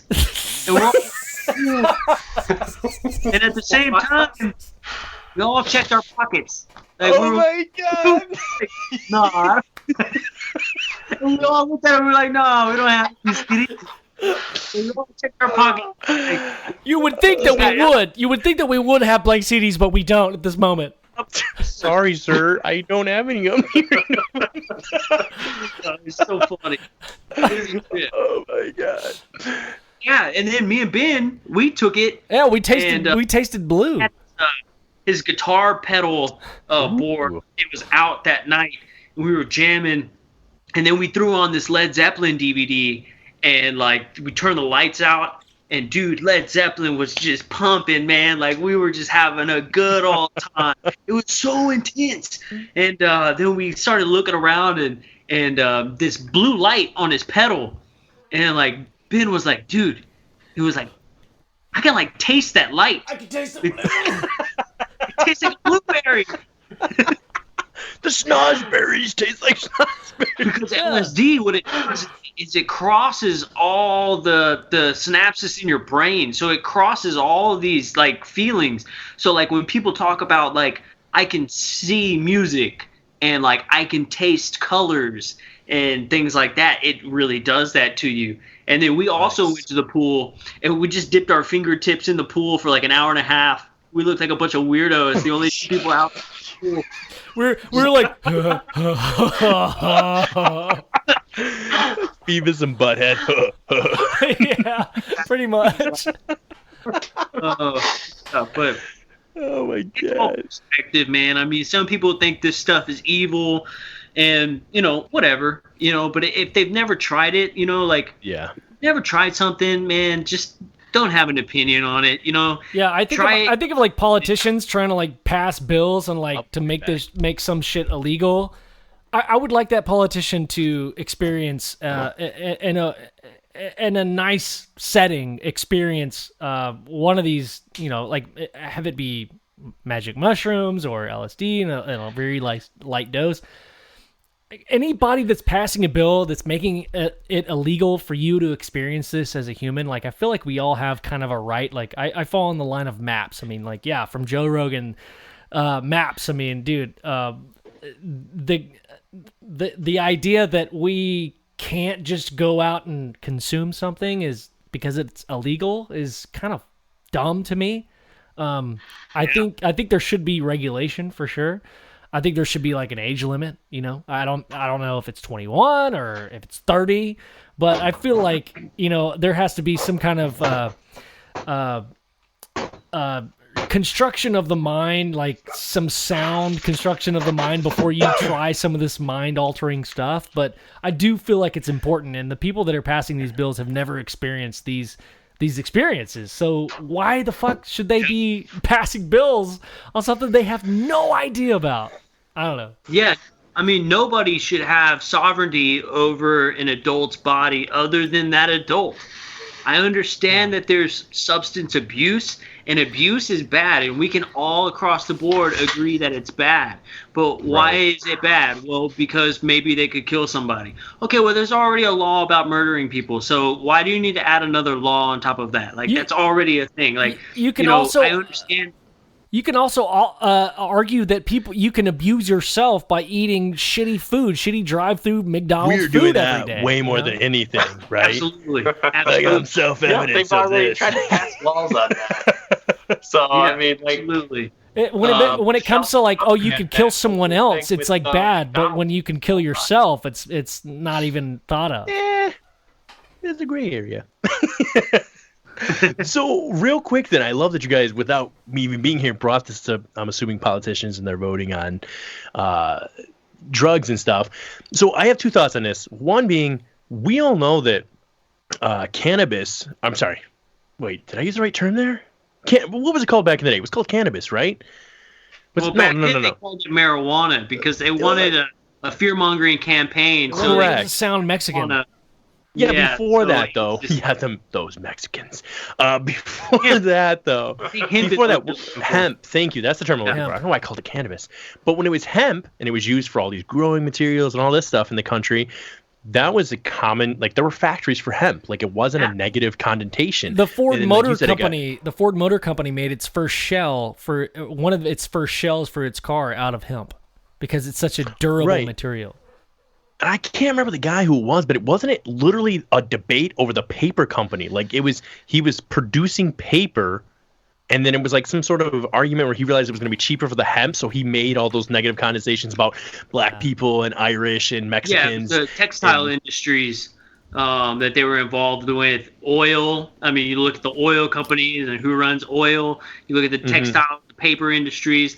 These guys all realized that this was not going to work unless you outlawed hemp because hemp was king, you know? Yeah. Benjamin Franklin has like schematics on the very first bong ever, you know? There's papers where George Washington, you know, cultivated hemp, some to make materials and some to smoke. They all smoked hemp, like, you know. Yeah, do you think he got through the Revolutionary War without some hemp, bro? Like, George Washington had some stress on his shoulders. You know, at the end of the night, at a campfire, he was like, Oh, yeah. Definitely not. And if you look at the law against marijuana today, you'll still find that it states in the law that cannabis entices Negro jazz musicians to look at white women. Yes. It's still in the Fucking fucking law. racist as shit. oh my God. Yeah, It's bro. ridiculous. Oh my God. So I find it entertaining that that's what happened, right? Government and business getting involved with their little grubby fingers and money that they shouldn't, controlling parts of the government and politicians. So we moved to that, and then we moved to, I don't know about Texas, but for you guys, Mike is more familiar with it. Did we make it legal in Michigan last year or the year before last? I don't remember what year we made it legal in Michigan. I think it was last year. Was it last year? So I had a conversation with a guy I can't talk about too much, but he has a business. And I was asking him, I said, why, if we got to back up and ask ourselves, like, it's great that this is happening. I do feel like you guys are saying people who've never smoked, making all these rules and legislation, all this stuff. But why now? Like, would it be fair to say, would you guys say that the weed of even the 90s, is it on the same playing field as the weed of today? Absolutely Do you feel not. like that stuff nowadays? And again, this is an ignorant opinion because I've never smoked the stuff now, but I've heard this stuff will knock you out. Like, It's some space age shit, man. right, Yeah, like getting how to breathe and crap. So, do you think, if we're talking about the idea of being controlled a little bit, is that by chance? Or do you think that they're making it legal across the states and perhaps federally legal in the next 5 years so that people are less concerned, just like they made alcohol legal, and it caused people to be like, meh, I got my job, I'm doing my thing, drink my beers with the boys at the end of the night, and you know what's happening in Washington's happening in Washington. Just as an idea, what are your guys' thoughts on that? I haven't heard that perspective, and I appreciate that. I haven't thought about that because, I mean, a lot of people think like, oh, if we have booze, we're fine. But like marijuana is like the one thing that makes you think like more deeply. And then if this weed is more powerful that just knocks you the fuck out, it now, right? then you have a great point, Will. Like you're just kind of like, who's my mayor? Who's my governor? I don't know. Like, man, you know what I'm saying? It's a rubber ducky and I'm going in tiny. I think, I think the government should go fuck themselves. Honestly, I'm feeling about this. I mean, yeah. No, there's parts they get. Making it illegal in the first place, they created crime. They created a black market. They created stronger weed for people to want to buy and get off to. And now I think by making it legal and taxing it out the ass, they're still allowing the black market to take hold. And I think it's all by design because they're allowed to arrest people and create tax revenue right now, where it is still illegal. But then when they do make it legal and tax it really, really high, there's still going to be a black market. So not only will they get tax revenue off of legal weed that's taxed really high, they'll also get tax revenue off of the black market people still. So I think True. they need to just get their hands out of it completely. It's none of their business, as most things is none of their business. Your thoughts, Micah? I completely agreed. You just gave Micah a broner. He's like, triggered. A broner. No, I think listen to the show. There's very limited things that they should be doing, and they should stick to those things, and they can do those things with far less money. Yeah, absolutely. Oh, that's a great point. Micah. Yeah, far less. I agree with Micah on a lot of the stuff that he says. Like, listen to the podcast. Like, when it comes to like politics and shit like that, me and Micah are pretty close on our viewpoints for the most part. Hey, so speaking of politics, the guy that made hemp illegal back in the day is Ted Cruz. I'm just saying. Have you seen the beard he's trying to grow lately that he's got going on? Oh my god! Yes, I have. Oh my god! It's like, hey guys, also. I almost forgot, guys. Sorry to interrupt you. I've got to ask this question because I did have one listener reach out to me that wanted me to ask you guys a specific question. So I apologize, but it kind of ties into it since we're talking about politicians now. I apologize. I know we're going long here. So one last question for you guys. Get some thoughts on it. What are your thoughts and feelings or knowledge? Because I have like zero on this. With the whole idea of shapeshifters being in our government, so reptilian or just aliens that can shapeshift. Do you know anything about this? Could you shed some light on it for them? Micah, did you get that video I sent you? Did you watch that? Which video? I did send him a couple.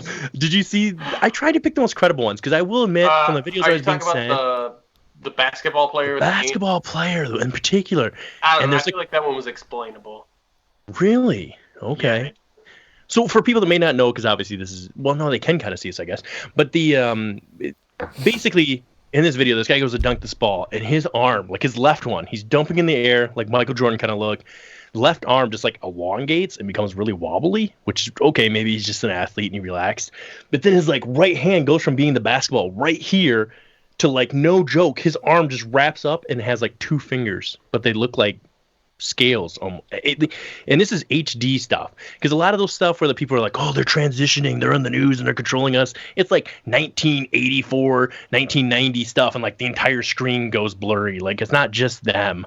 But there are a couple of HD ones, even current. I don't know the guy for Fox that has like, he's like a really short looking neck. He comes on at like 8 o'clock every night. I don't even know his name, but there was one of him where he had like double eyes and stuff. There's some where I'm like, is it people just editing? Or do you Coming from you live is Henry Shortneck. Can you send us that video right now, or is that, can we watch it like real time? Or? Yeah, I'll send you one in the group. I'll send it over to you right now. Like I said, to me, so basically the question from the listener was, even if just, they sent me a ton of videos. Well, there's 3 different people who've been sending me stuff, but one in particular, they were like, even if, because I asked them, like, do you believe this stuff yourself? And they said, well, even if just 10% of what we're viewing here is possible or real, we're like screwed. And they were showing it, like, obviously mainly people that are in power. What is going on with my phone? I mean, dude, go ahead. I'm sorry. It's weird because, I mean, so a lot of those videos are kind of strange. But when you start kind of like diving into like ancient bloodlines and things like that, and kind of when you start looking into like ritualistic practices and you look into the occult and some of the stuff that they do, as a matter of fact, there's this really interesting book that I have, a conspiracy book. Just blurred it out on you. Oh, there you go. Yeah. God damn it! Why is it blurry? Yeah, that's awesome. Conspiracy book. That's so weird.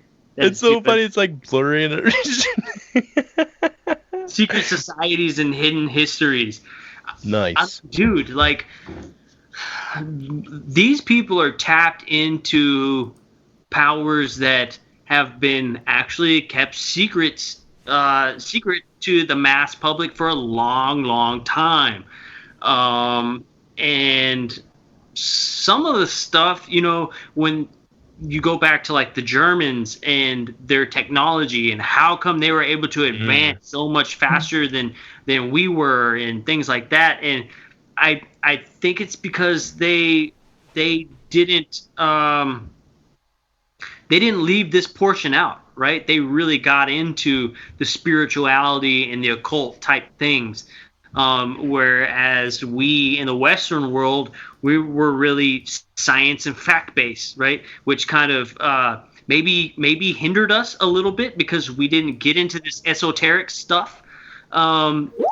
And if they were able to reach something maybe or contact something that came from the other side, like I said, I personally believe that aliens are real. I do believe that they're here. Is it completely out of the question to say that there is a species that can look just like us whenever it wants to and go back to its original state? No, I don't think that's crazy.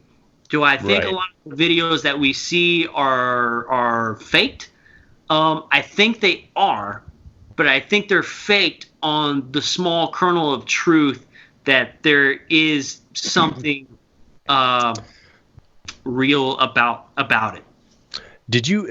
I don't know if you've seen it yet. I don't know. Ben, did you see the video that I sent to you about the basketball player yet? Yeah, that was my slack jaw moment. About 2 minutes ago, I was watching it, and it looks really weird. Isn't it weird? It's really that's some weird. That's some HD video. So here's my thing. Again, I'm no expert in breaking these videos down, but in the other ones, like when I was getting stuff from they're like, oh, look at Drew Carey, he's an alien, and it's like, well, yeah, his face went all blurry and glitchy, but like so did the whole screen behind him. Like it's not just him, right? But in that video. Yeah. Everything else proceeds normal, and then, dude, that guy's arm just like elongates up over that basketball, and he hides it behind his back. Mike, I'm telling you, hold a basketball, and then I want you to form your hand. Yeah, but these guys aren't like normal people, man. These guys are giants. Well, also, they move faster. They do that Space Jam. Space Jam. He stretched. Yeah. Programming. So, I mean, Micah, to your point, I mean, these guys are like top athletes. They move faster than most people, right? Like in a split. Okay, so say they're working with 24 frames a second camera, right? So every 24th, they're taking a shot, right? So in between that time, their muscles are a lot faster than ours. So we're not used to seeing people that fast. So people that are in the NBA and the NFL are stronger, faster than what we're used to seeing and capturing on video. Now, what I'm seeing is literally a basketball. It's like a magic show, right? Like the basketball is covering up the hand. So what you see in one moment is the bottom of the elbow, and then the same frame, you're seeing this what looks like a really long finger, which just means that he's way fucking faster than that 24 frames a second, and it just looks like this wrapping around. I'm just trying to be practical about it. You know what I mean? No, that's fair. Like I said, I like when some of them reach out to us, John in particular reached out and sent it to me, and I was like, I mean, I asked him what his opinion was. Like I said, he's basically said, it was like, even if 10% of this is true, because he sent me a ton of them. He was like, but even if just one of these are true, then we have to ask the question, who else? Yeah. And now the other video, I'm sure you didn't see because it requires audio to listen to, but it's Obama, former President Obama, going on The View, which is everybody's favorite channel. Everybody loves watching The View. I mean, I record that, I DVR it. I love The View. I love it. So anyways, he goes on The View and he says, and if you listen to the audio after this episode, he goes, well, sometimes people are stuck in their reptilian side of the brain of thinking. Like he said that. Like that's weird. Like he didn't say like we're stuck in caveman or Cro-Magnon. No, like he specifically said reptilian. Now, again, I'm not trying to tie this all stuff back to religion, but Michael will know about this. The way that we were raised and some of the thoughts we had, I'm going to ask you guys a question because I've never done this with anybody who like had zero idea about this. I'm about to test you guys. You guys are going to be my two guinea pigs right now. What story did you hear or know growing up about Adam and Eve and what happened in the Garden of Eden? What is your take on that? So we're talking about the apple, as it were. Right. What is your feelings or thoughts? Snake trying to get that apple to Eve, and she's like, girl, I'm anal. And she's like, oh, I'm looking at that snake, baby. I'm going down. Adam, I don't care about you. I'm looking at the snake. Look at that. Okay, all right. So what do you guys see what I got to deal with on a daily basis? Listen, that's Micah feels the same. He feels your pain. Like this is the reason why I started the show with him, because he's like the gravity that brings me back down. Because without him, it'd be bad. It'd be real bad. So taking the story at face value, what do you think? This has always kind of bothered me a little bit because so apparently Eve wasn't the first woman in the garden. Eve was a replacement woman for Adam's first supposed to be old lady, right? Never knew this part. This is interesting. I never knew this. Keep going. Yeah. And so it's always interesting to me that for some reason, when man wants to acquire knowledge, God gets upset. Prometheus man fire, right? And Prometheus is banned. You know, like it's always such a strange thing to me that, like, why is knowledge such a frowned upon thing? And this goes back to kind of what you were saying, like, you believe me and only me, and this is the way it is. That's just kind of the way religion's always been, right? I don't know, man. Like, it's always bothered me because I've always been a very curious person. And so even as a kid, you know, I always asked the question, you know, well, why did God get so mad because they ate the fruit of knowledge? Like, what's wrong with knowing stuff? Yeah, because he said, now they're like us. They're gods like us. In the first test, in Genesis, he said it's plural. It's not just, oh, now they're smart. It's like they're gods like us, basically. From eating from the the fruit of knowledge, the tree of knowledge. Yeah. Now, is he mad because the serpent is the one who tricked them? And it's not so much that he's mad that he ate the fruit, that they ate the fruit. Is it that he's more mad that he listened to the serpent as opposed to listening to him? Ooh, right? That's a good point. So that's always kind of been my thoughts on that. And one more interesting fact, reptiles actually have in their brain, they actually have a third eye. And if you look in humans, we have the pituitary gland, which sits right in the middle of the head, which is said to be what controls our third eye. So I find it interesting that this third eye is what opens and reveals knowledge and allows you to see past this realm. And it's funny that a serpent is the one who tempted them to eat this fruit. Yeah. So, Ben, do you pretty much agree with that hypothesis? Like, the pineal gland. I mean, it's been shown through ancient history up until, I mean, the most recent that we can account for is the ancient Sumerians and their depiction of the pine cone, right? Is like the pineal gland and having to do and I mean, said pituitary. That was wrong. Pineal gland. Sorry. No, I knew what you meant. Yeah. But it's this thing that okay, we all know that reptiles don't eat fruit, right? I mean, they're not hanging out in a tree. Yeah, they're not really on that game. They're there to tempt you, and God in the Bible says he's not, like Joe says, he doesn't get mad at the snake. He doesn't get mad at Lucifer, let's say that. He gets mad at the choices that humanity makes. But he says later on, like, hey, I knew y'all were going to make that mistake the whole time. I just knew y'all were going to do it. You know what? Fuck it. Hey, man, I knew y'all were going to have zero APR and zero down finances, and I gave you the truck anyway. I knew you couldn't pay for the damn truck. I just didn't want y'all to have to be able to drive the stick. And now y'all can. Y'all can get from point A to point B. Man. But, I mean, well, all silliness aside, the thing that happens in the Bible is exactly what Joe said. It's like, okay, yeah, there's this serpent that like signifies the pineal gland, right? Which is kind of like the god gland, which, I mean, a lot of people say when you die, the pineal gland excretes DMT basically, and DMT is made within your body. So the fact that, you know, there's a lot of religions that think that when you die, you dream for 1,000 years because this pineal gland, going back to like, go to like Inception, right? Like the further you go in a dream, the longer you stay there. So like time the more would be shorter out here. Yeah. So the more that you have this chemical when you dream, a lot of that chemical from your dream state is coming from the pineal gland. So. And that seems to slow down your perception of time. It also signifies like, oh, this dream is important. For some reason, you wake up like, oh my God, this dream was so fucking important. I have to tell somebody. Like you wake up, you're like, oh my God, it was such a dope dream. And then you start telling the fucking story, and you're like, all right, so there was like a beach ball, and then like Pamela Anderson was there, and like,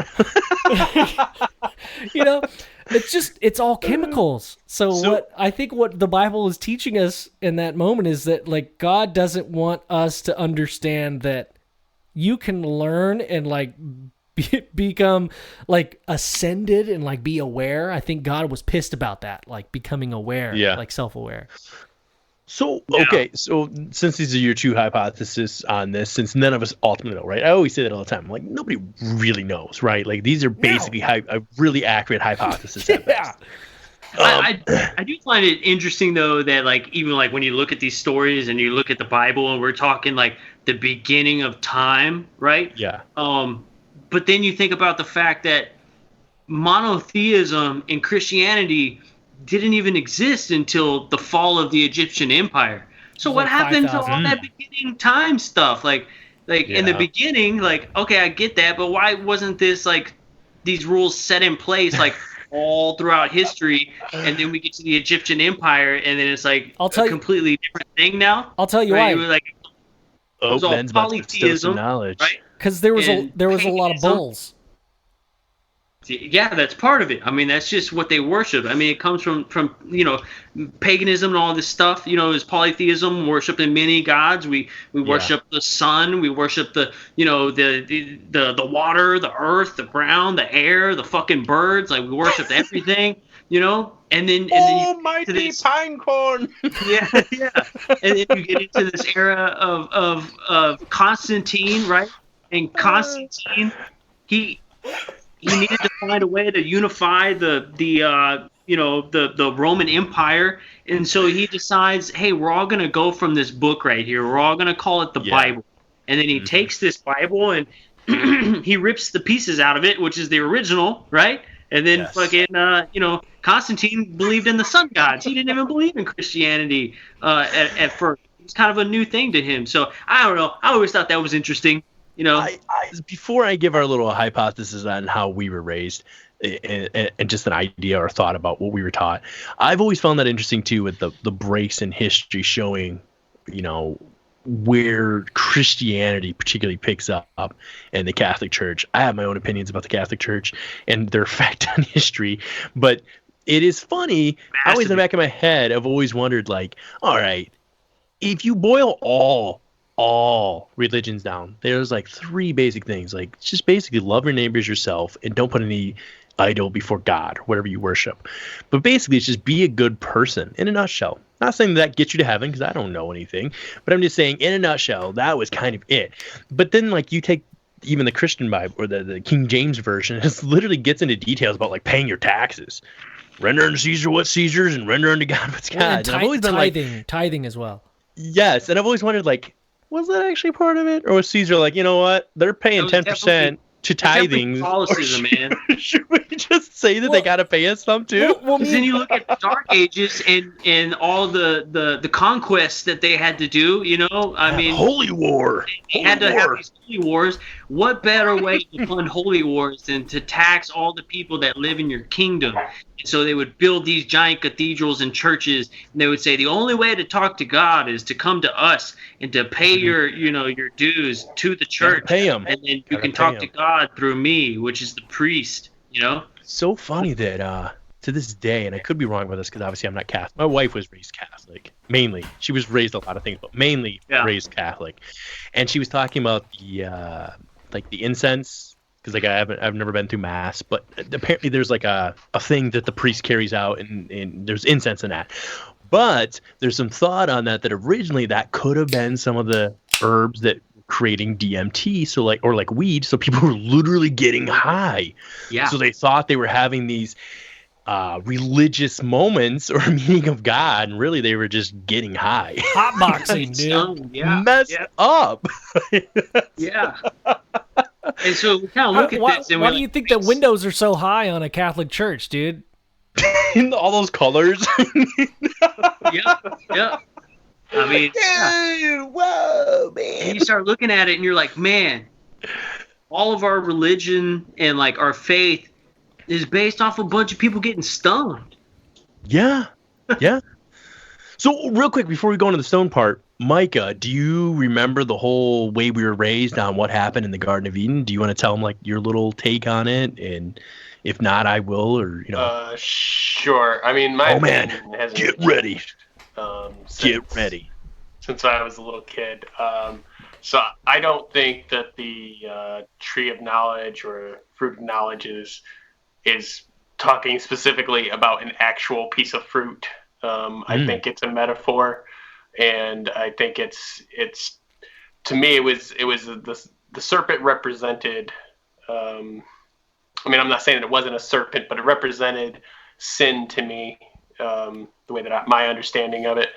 And it was able to convince Eve to partake of the sin, which made her no longer God level. And when she convinced Adam to do the same happened to him. And then God cursed them to, earthly bodies now. And I mean, they were already earthly bodies, but they my understanding was that they weren't, their lives were not like ours. They didn't live and die. They were godlike. Yeah, at this time they were immortal. There was no curse yet. So if you back it up, not to interrupt you too much, but just to give a little bit of light on what you just said real quick, the way that I specifically remember, it was something that was taught in the way we were raised when we were young, which was something called serpent seed. This was like a message that was preached.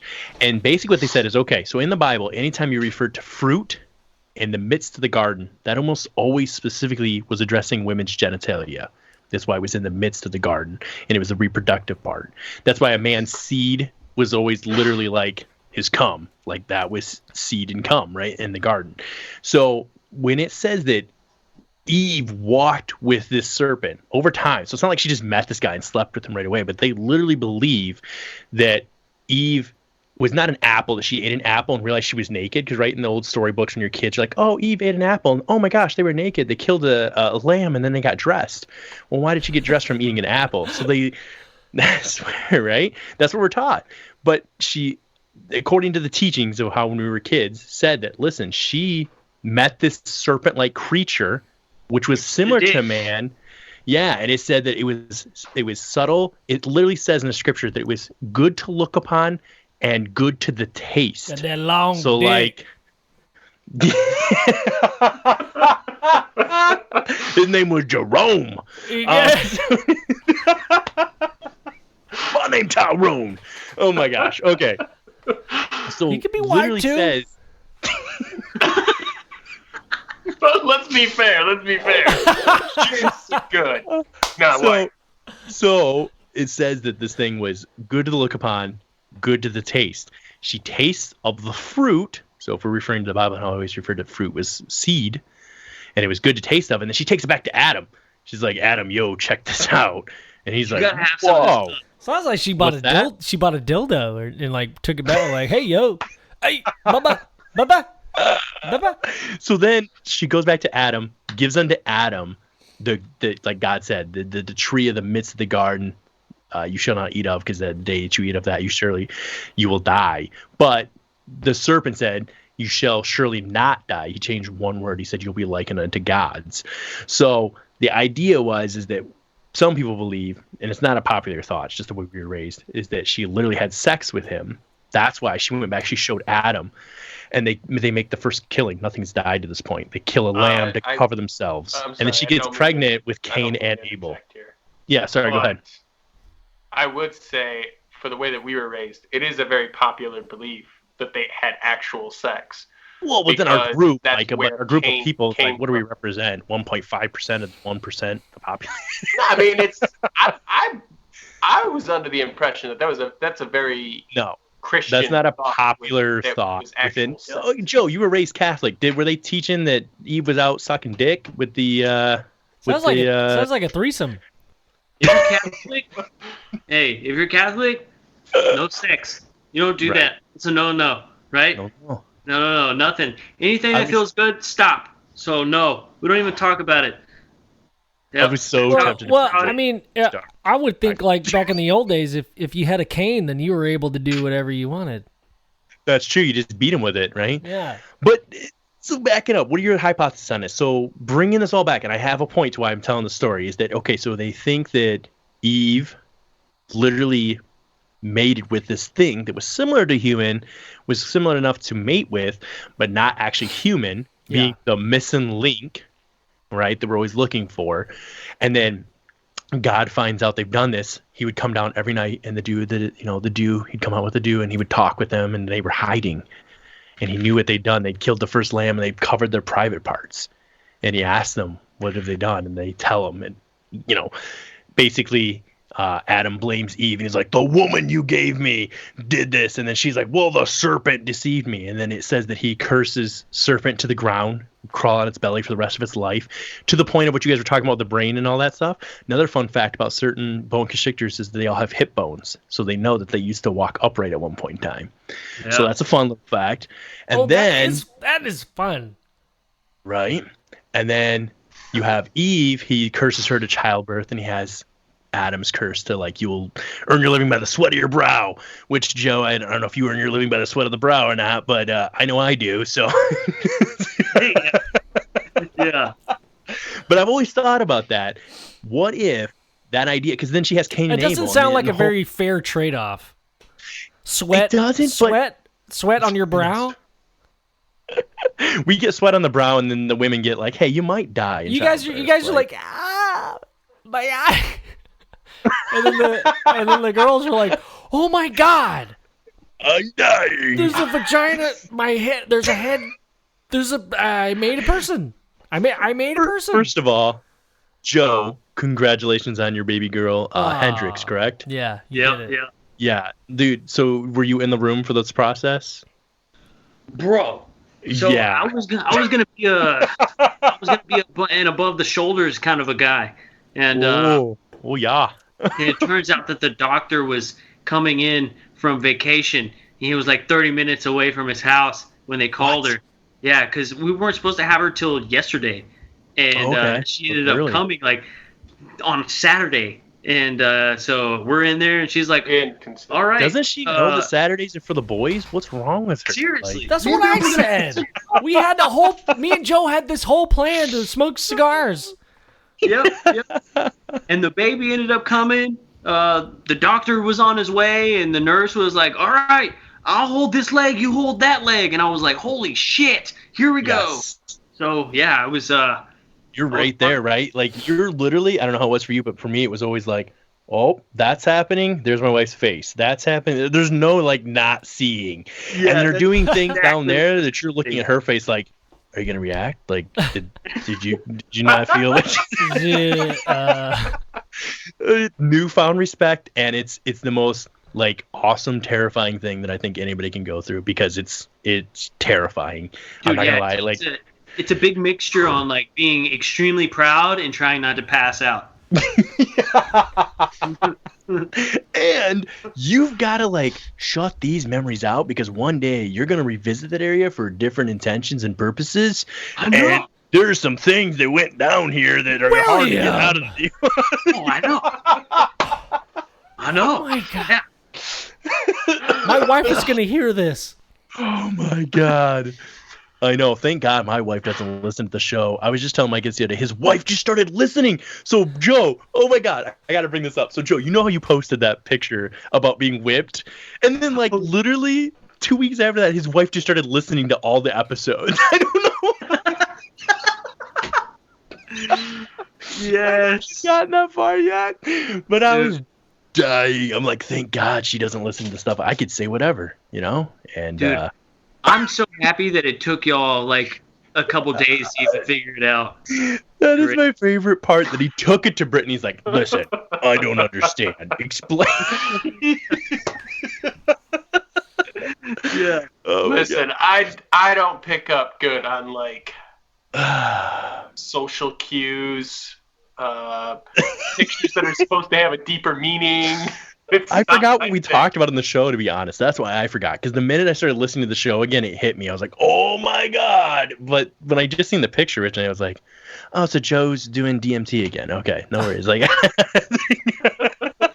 I think y'all were talking about wanting to do a show or something, and Micah was sleeping, and he was going to wake up to do a show. And his wife was like, go back to bed. And then, William, you were like, oh, you're so whipped. And then Micah went in on this whole thing on how he's not whipped.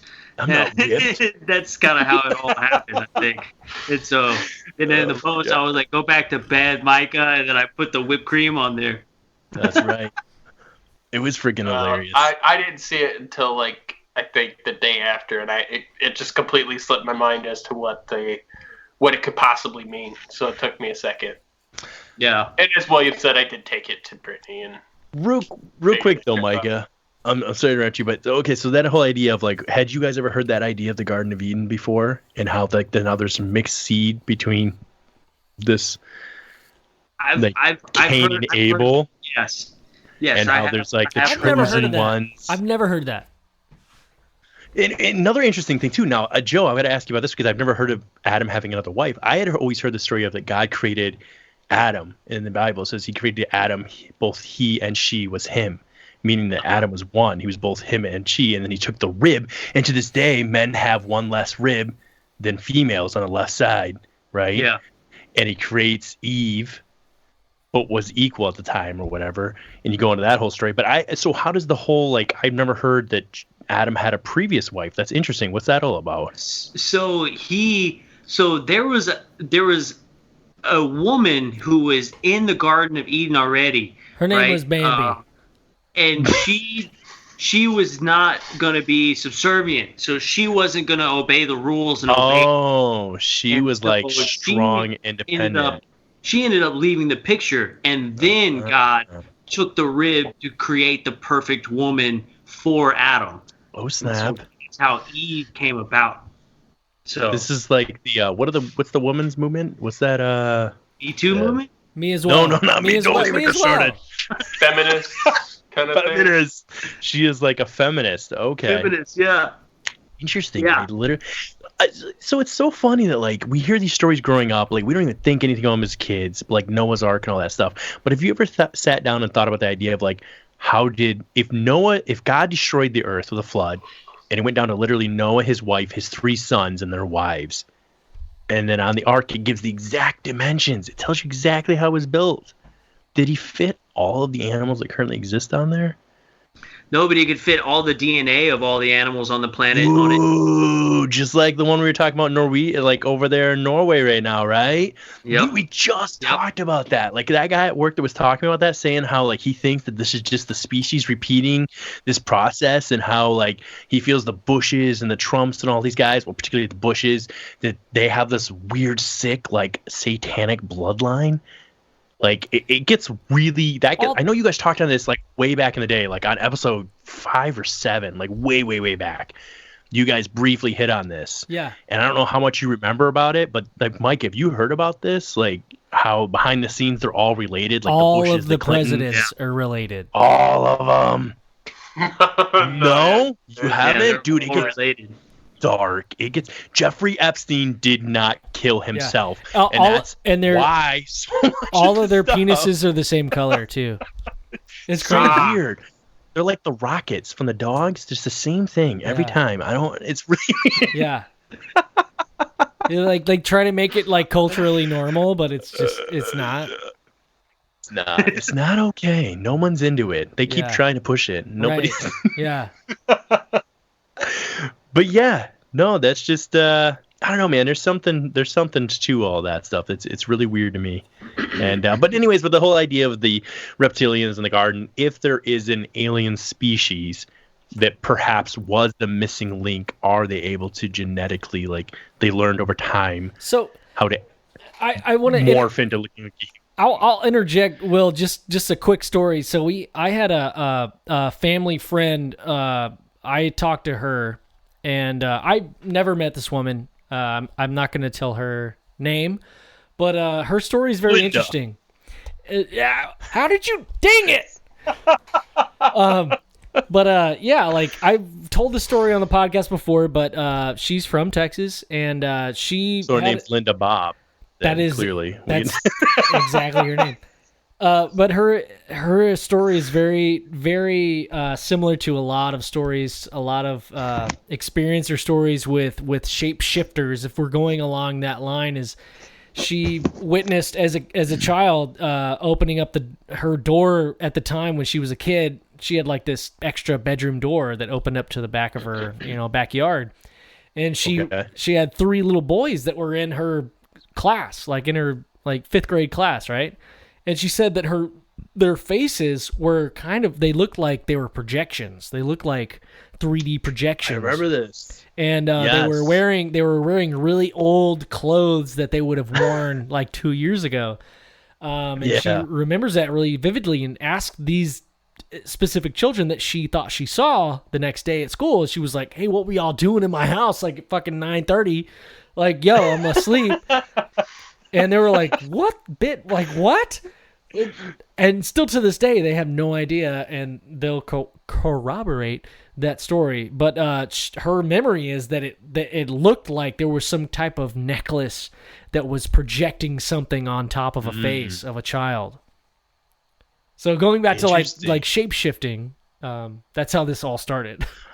It's interesting too when you mentioned the whole going back to with the shape-shifting and Men in Black kind of intertwined. I don't know if you guys have seen this at all, but some people are saying that there's a theory out there, hypothesis, not a theory, hypothesis, that Men in Black could be the tall whites, because tall whites are able to morph, and that's why the Men in Black are always like 7 foot tall and stuff. Why not? And they're not like quite human looking. You ever heard about this explanation before? Someone was like eyebrows and things. Yeah. They were joking, saying like a drunk alien got sent down to like copy human beings. They're like, yeah, good enough. And he like went back and he's like, dude, where's your eyebrows? Where are the lips? And they like literally draw on lipstick and stuff to look human, like a dude like that 7 foot tall. Like, well, that sounds like something like cross dress. Sounds like something a mantis creature would do, right? Like draw on lips and eyebrows. Yeah, I heard about putting the hat on, trying to look more human. Yeah. Dude, I insist to this day, if praying mantis were ever like a decent size, for the love of, like, we're screwed. Like, could you imagine a 5 foot tall praying mantis?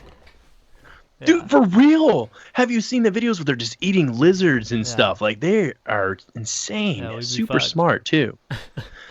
But man. so we've gone through the gamut, my friend. I know we ran it twice, I think. Yeah. Anybody want to throw anything dark in there before we leave? No, I just love that we were so like we stuck to a specific timeline. We never varied.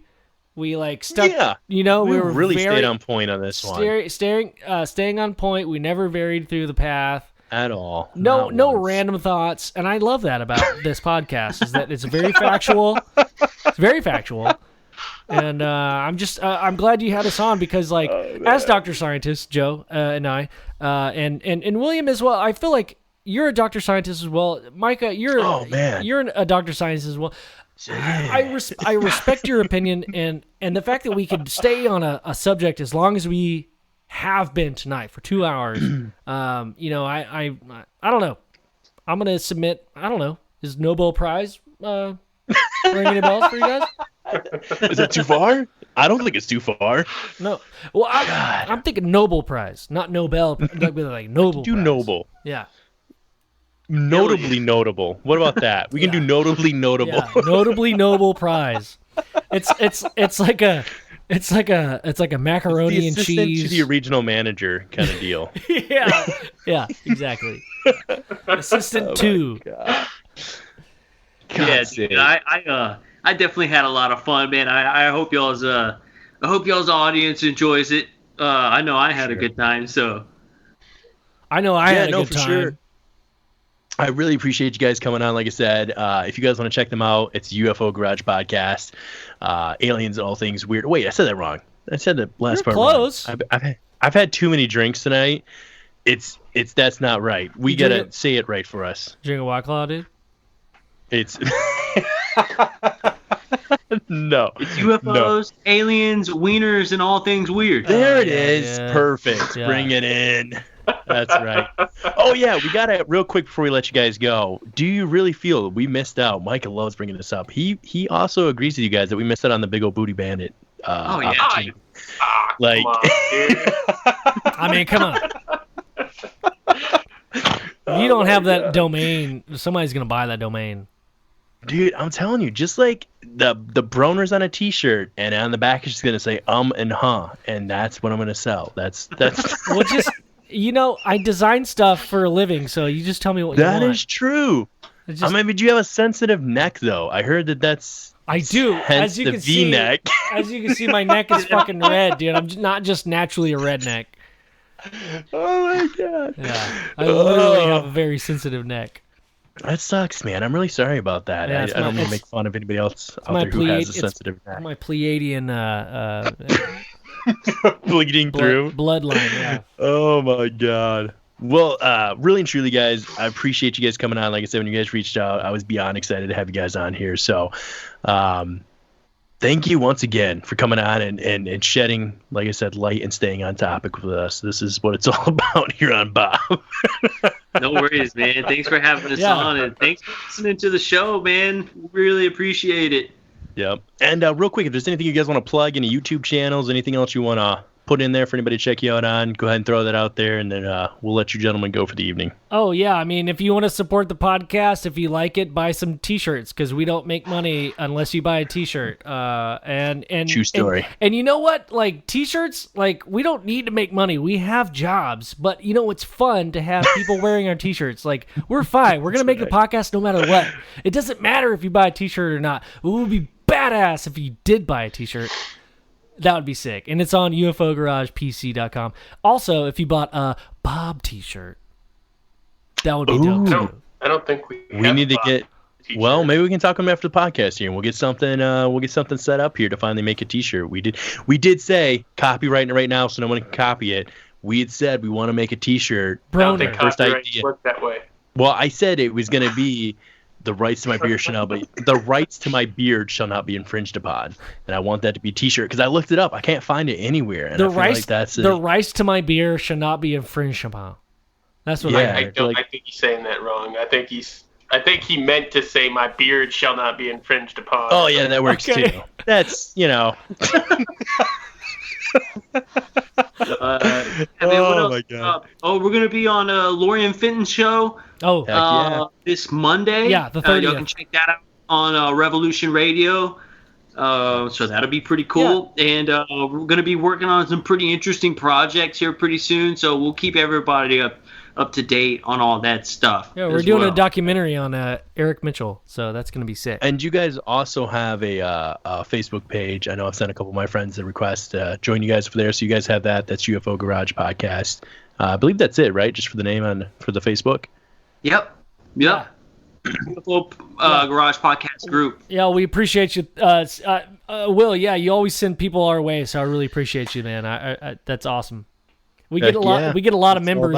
They're like, it's always like so and so deferred by Will. I'm like, fuck yeah, dude. Hell yeah. Like, most of our people. There we go. Hey, thanks so much for having us on, man. This was so awesome. I'm a huge fan. I'm excited for you guys. You guys are so patriotic. I had a blast tonight. USA. Let's do this again. For sure. And as always, guys, stay curious and keep it weird out there. Right. All right, man. Take it easy.